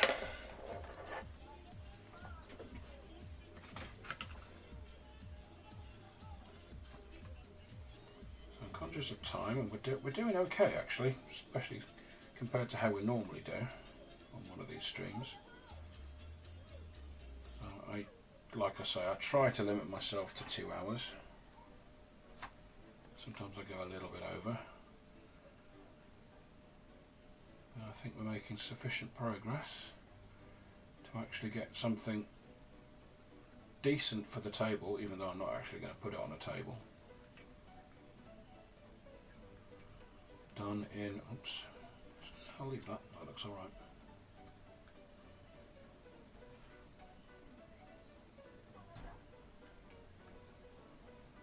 So let's put a few spots of this around, just sort of add a little bit of extra grime to it.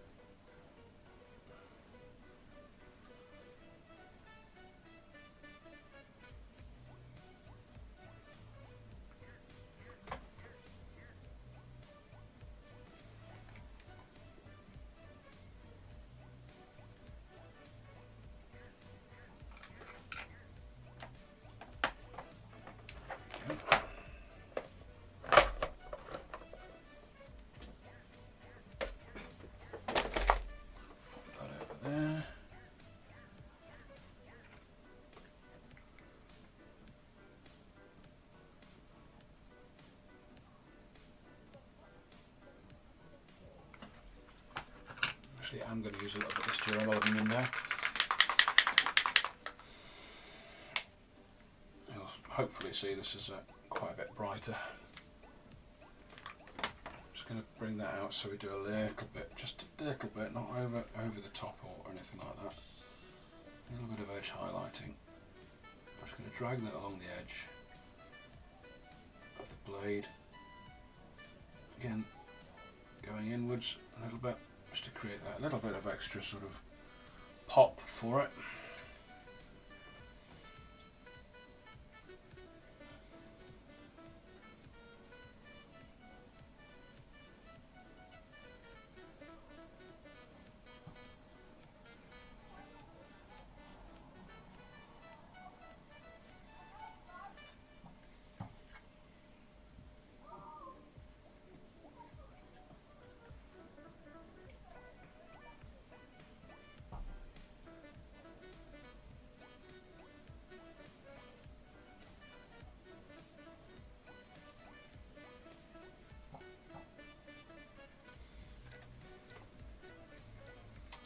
On the edges of some of these bits of armour, you don't have to be, not going for clean crisp lines here, just dotted on there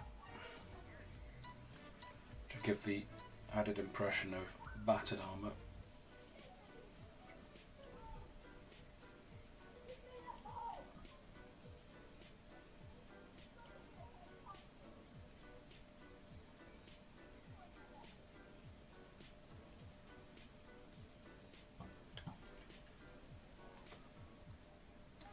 What it does do is it brings it away from darker areas of neighbouring metal.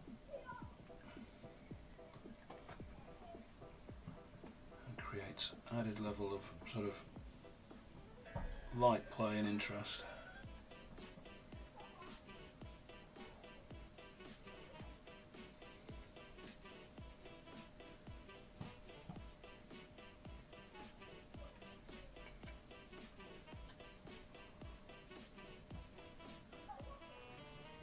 So you're just going to create this impression of battered armour.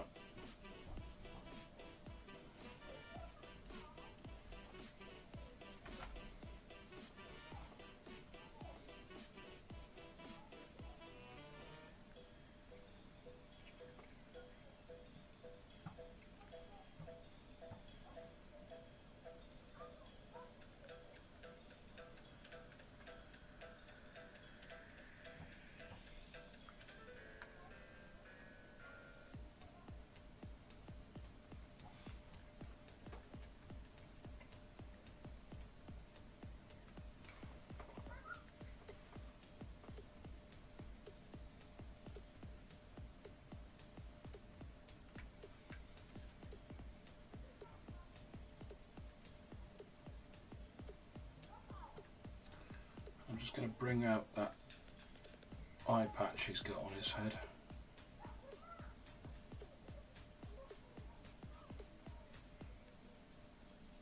Otherwise it's just going to get lost. There we go. Right, got some bony colours to do and some goldy colours to do. So let's get cracking with that, and then I'm going to get done with the weathering on that. So bony colours, again we're going super quick, super easy. Skeleton Horde, bish bash bosh. Let's give that a good rinse out because that's got metal pigment in it. A lot of people will say use different brushes for metal and non-metal paints, and I also would say that I just don't practice it.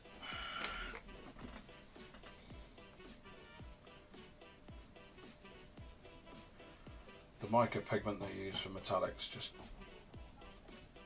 messes up brushes, and you don't want it in non-metallic paints.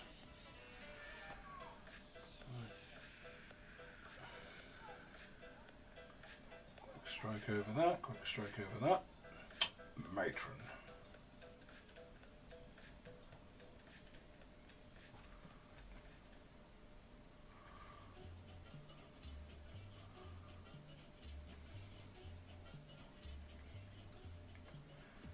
If I were going super duper grim dark on this guy, which I'm not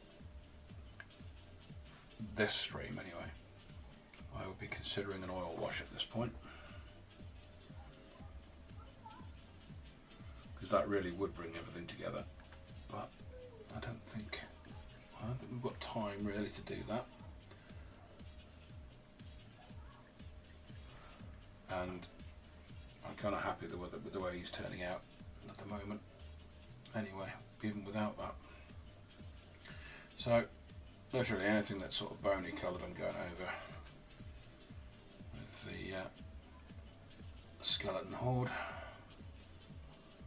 Doesn't matter if it's bony and slightly leathery, it's getting dousing. We can go over the leather straps with snake bite in a bit if we really want. That looks like a jawbone, a real jawbone, so we'll just do that. Get that selling as bone. We're going to make that pop a bit more with some Nuln Oil in a sec, I think, just to bring it out a bit.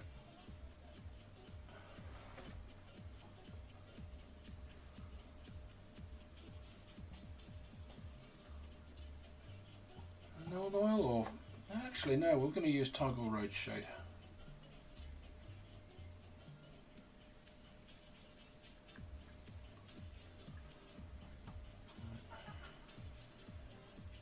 Going quite quickly with this because I want to keep it kind of moist, because I'm going to go for a little bit of wet blending. Because contrast paint is fantastic for wet blending, and I do mean fantastic. Right. The horns on the front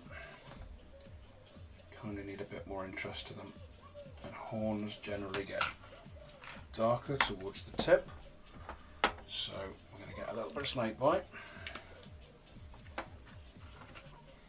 Pop that out. We're just going to get that on the tip there, blend it together a little bit,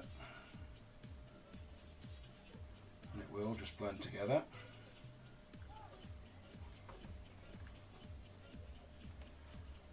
And we're going to go for the Garygax sewer in a minute, so we're just drawing that away towards the tip so that it gets darker towards the tip of the horn.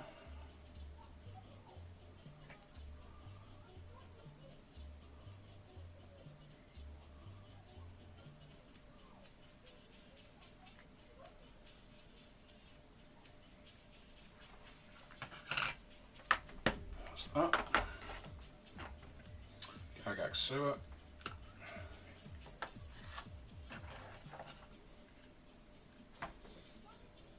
See, already that's sort of running together and creating an okay looking blend.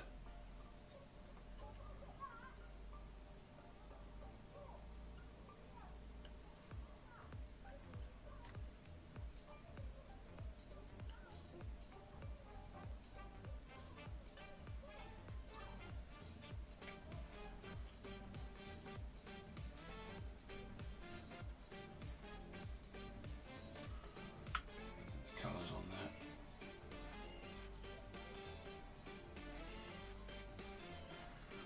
I will do the rest.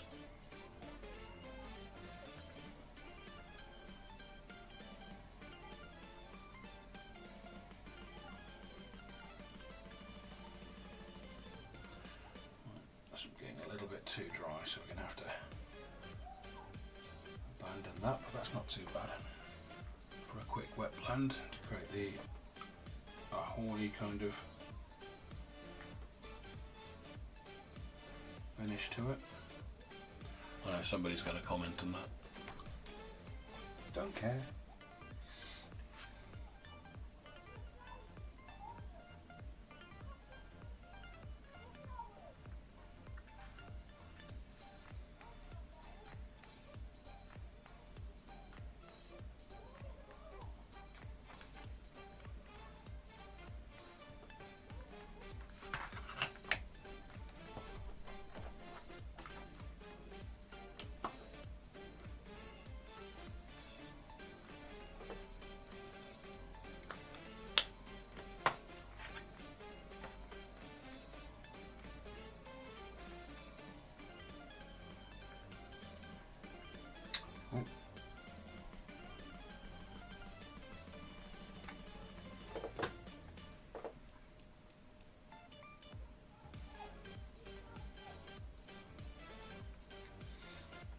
There we go. It's coming along nicely, I think. I'm just going to do the antique gold of the helmet and the mask.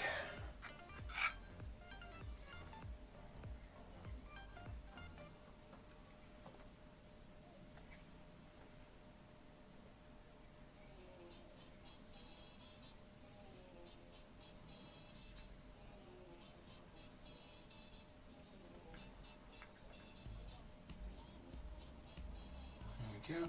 That's the mask done.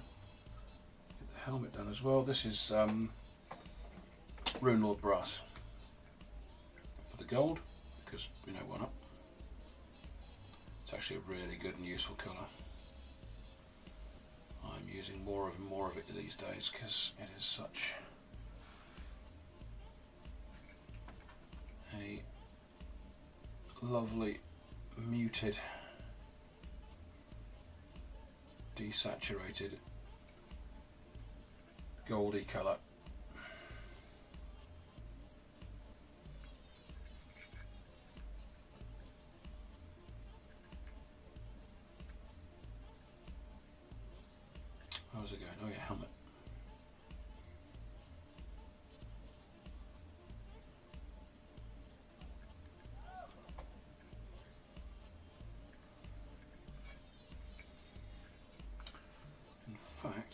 I'm going to do, just to add a little bit more interest, is pop a bit of this on the different metal bits, just to draw the eye. I think I might dump a bit on the eye patches.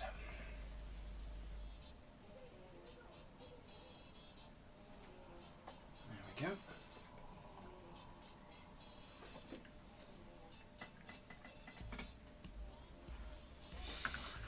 Right, rusty rust. Right, see if I can find the product I was just banging on about. Is that it? Yeah, that's it. Right, this is what it looks like. Now you're supposed to heat the miniature up and heat the bottle up, and you can see I've deformed it, heated things up too much. We're not going to do that. I'm going to give it a damn good shake, because that's what it needs.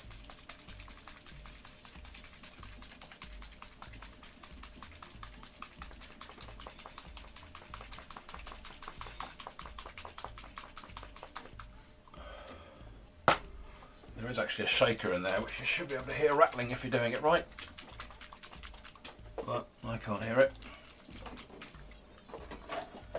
Ooh. There it is. Right. There we go.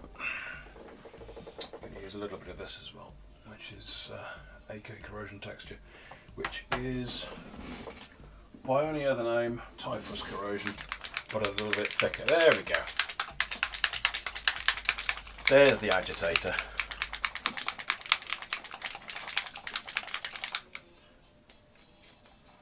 Right, there we go. Let's watch me knock this over now. This is not water-based. Well, yes, it is water-based actually, but it is not. Don't drink it, basically.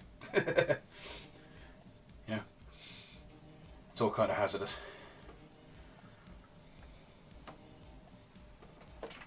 Don't let the kids near it. You sort of paint this on basically, and it will dry and look like rust, as if by magic. You can type it on thickly in more area in some areas.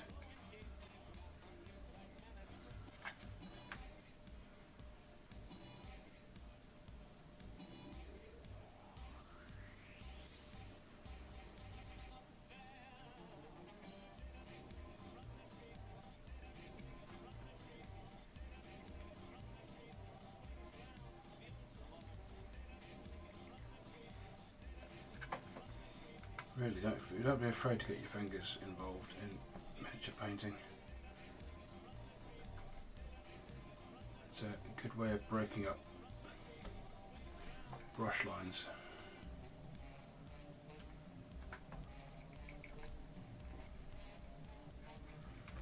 I'm just gonna get a bit of rust. So that might save us a bit of target range shade. We'll just get some rust in there to make that pop a little bit on his shoulder pad. Just realised I did that entirely off camera.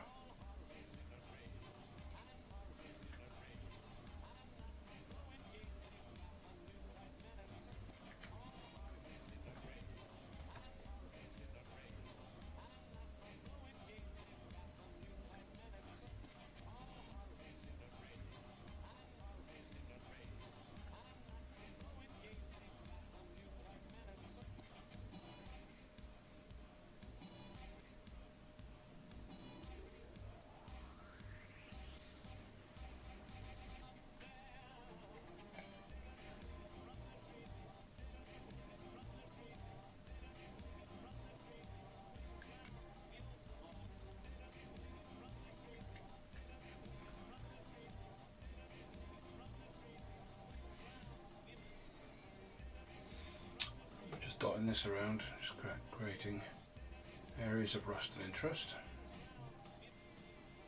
Maybe a lot on that shirt, those chains at the back there. It doesn't even matter if you get it on the yellow armour, that'll just add to things. I was going to use this, I won't now.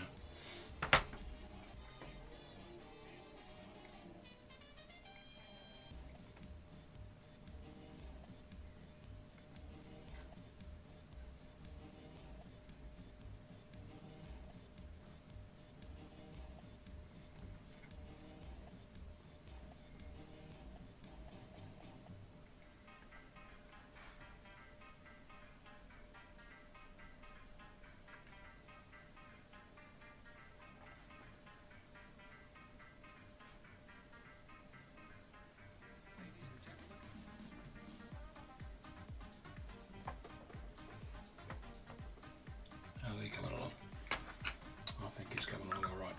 The good thing about this stuff, I did mention it wasn't water soluble, and that was a lie.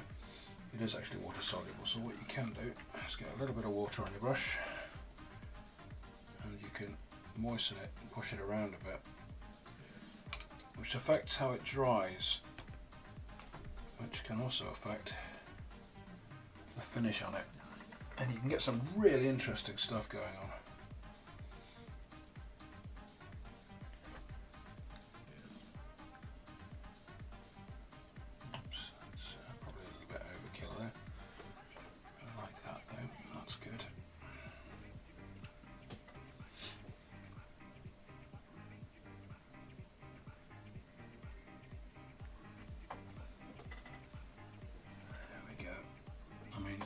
He's looking alright in my book. What do people think? Are we getting there?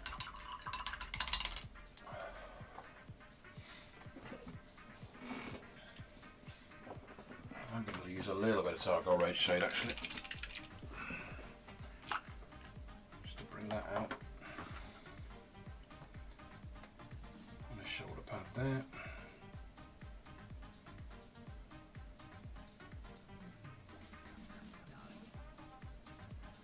Again, this has got a little bit of brown in it, and a little bit of purple, which sets off quite nicely against the yellow and makes that pop more. It's also you can use it to accentuate the shades on the orc's skin as well, because it's got that little touch of purple in it.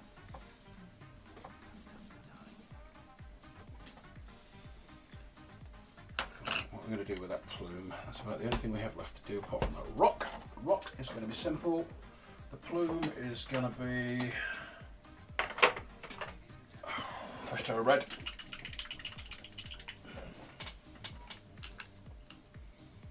Because all plumes are red, right? And it's a nice accent colour as well.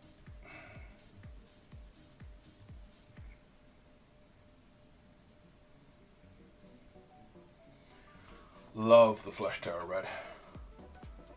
It's another one of those really nice contrast colours. It's really deep and satisfying. Coverage for days.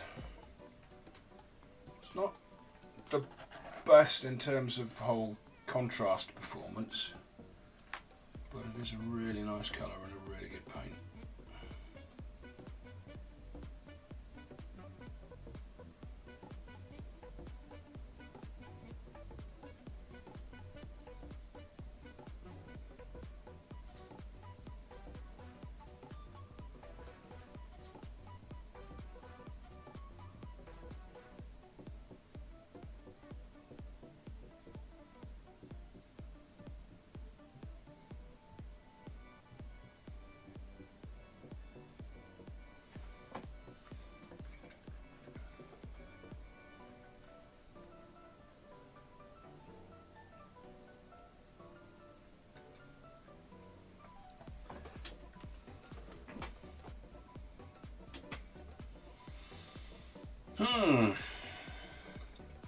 Now the question,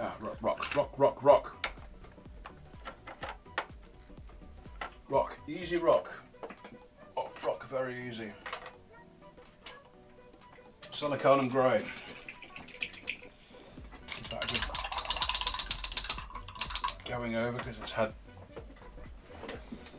Flesh Terror Red in it. Flesh Terror Red has pigment for days and can take quite a while to get out your brush.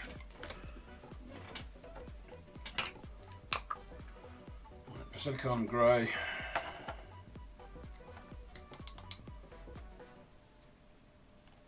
Watered down a little bit. Straight over the rock.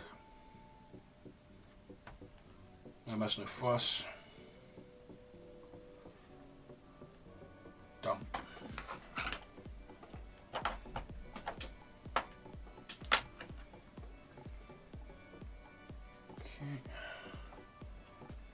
Just going to give it a quick blast with a hairbrush dryer thing, this thing, hairbrush.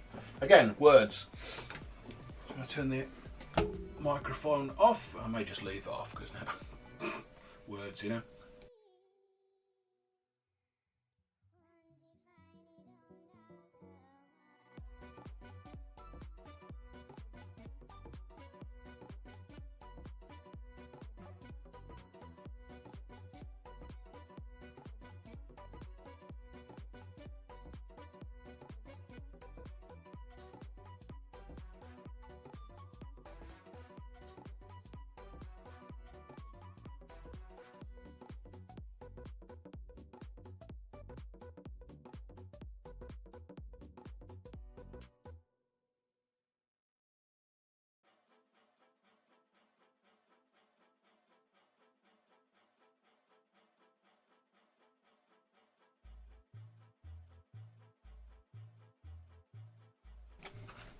There we go.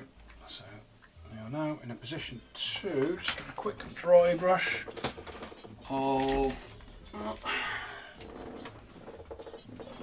probably Evil Suns, or should we go with Bazdrogg? No, Evil Suns, I think.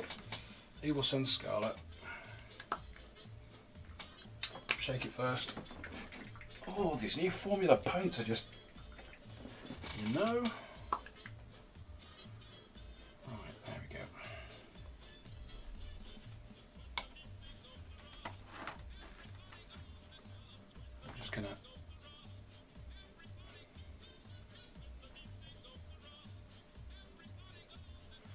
Like I say, it doesn't quite do the whole contrast thing particularly well, this Flesh Terror's red, but it's a good deep red colour and I do still like it.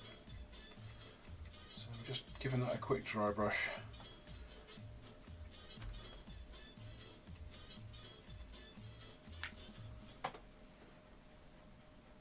There we go. And what we're going to do now is we're going to cover the entire model with fast drying basing glue if we do it wrong. If we don't do it wrong, we'll get it on the base.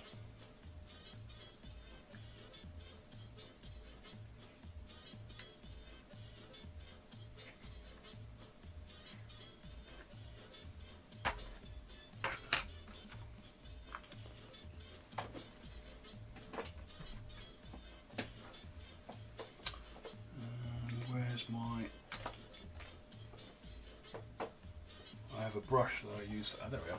That'll do. I have a brush that I use for pushing around PVA glue. It's basically just glue now.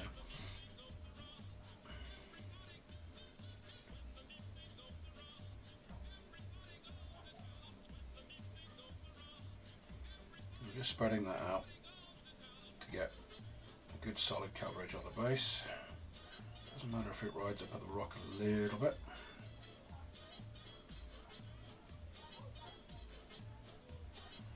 Or even up the feet a little bit. Don't matter.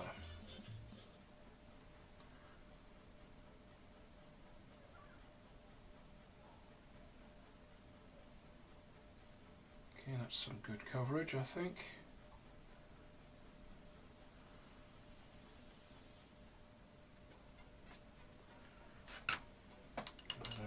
Wash out.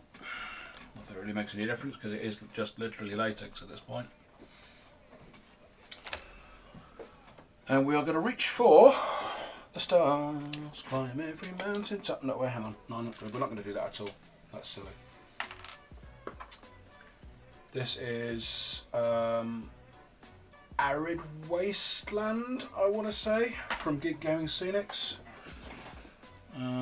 What we will need is a slightly larger receptacle, because that ain't going to go in there. That is not a thing that's going to happen. Didn't really think that. Hang on. Oh. Stand by your beds. We've got a plan. There we go.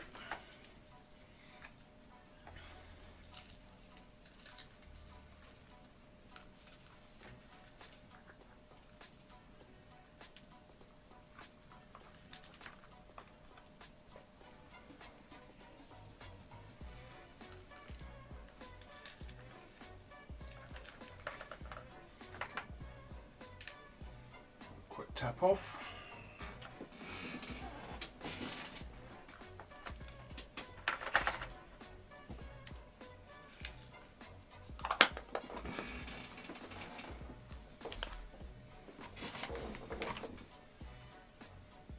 Quick sweep around the edge. Get all the bits and bobs away. Make sure nothing sticks to the edge when we paint it later. And I'm calling him. Do I really want to call him abandoned at this point? Do I have something else I want to do? Yeah, I do. I do have one more thing that I want to do before we call this guy not done, but abandoned.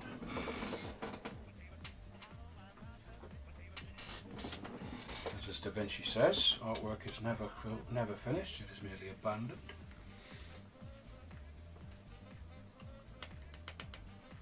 So I want to get a bit of pigment on there. For that, I'm going to reuse this brush. Good Lord, that's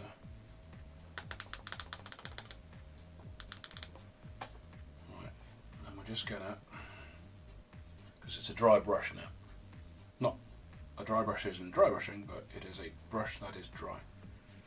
And we're just going to smash that around his feet. So he's got a bit of dust on him.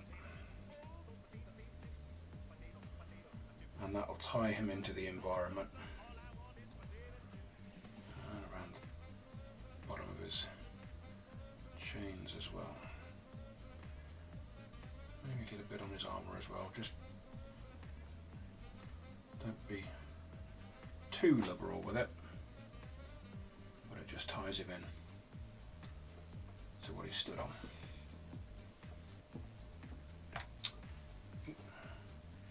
Got to worry about focus. So I think he's done. I mean, if I really wanted to, I could maybe put some... What did I say about things not being done? Merely abandoned. There's always something else you can add to a miniature. What I'm going to do in this particular instance is get a bit of Berserker Bloodshade. I'm not going to cover him in blood for the blood god or anything like that, but something about Berserker Bloodshade just adds a little unsettling sheen of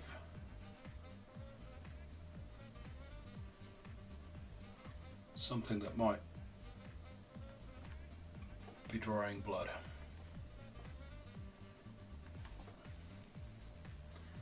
I think it looks better than blood for the blood god, because it is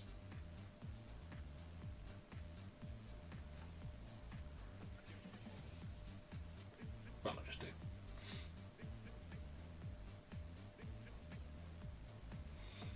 There we go. And now we are calling him abandoned.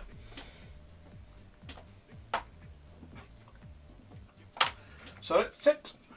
That is it. That is where I'm going to call it. I'm going to post this guy up on Instagram if you want to take another look at him. But I am calling the stream done. Thank you very much for dropping by, guys. Especially Sarcastic Monkey for your generous tip. thanks for stopping by on Twitch. You didn't say much, but thanks for being there. You're encouraging me. Right, great. Possibly next week, possibly the week after that. I'm going to have to see what my diary looks like. I'm going to try and keep it fairly regular, if not frequent. But yeah, that's me done for now, I think. Be excellent to each of the guys. Go out there, paint your miniatures, be happy, and make other people happy. Because, well, if we don't do that, what else can we do in the world? You know? Alright. Ta-ta for now, guys.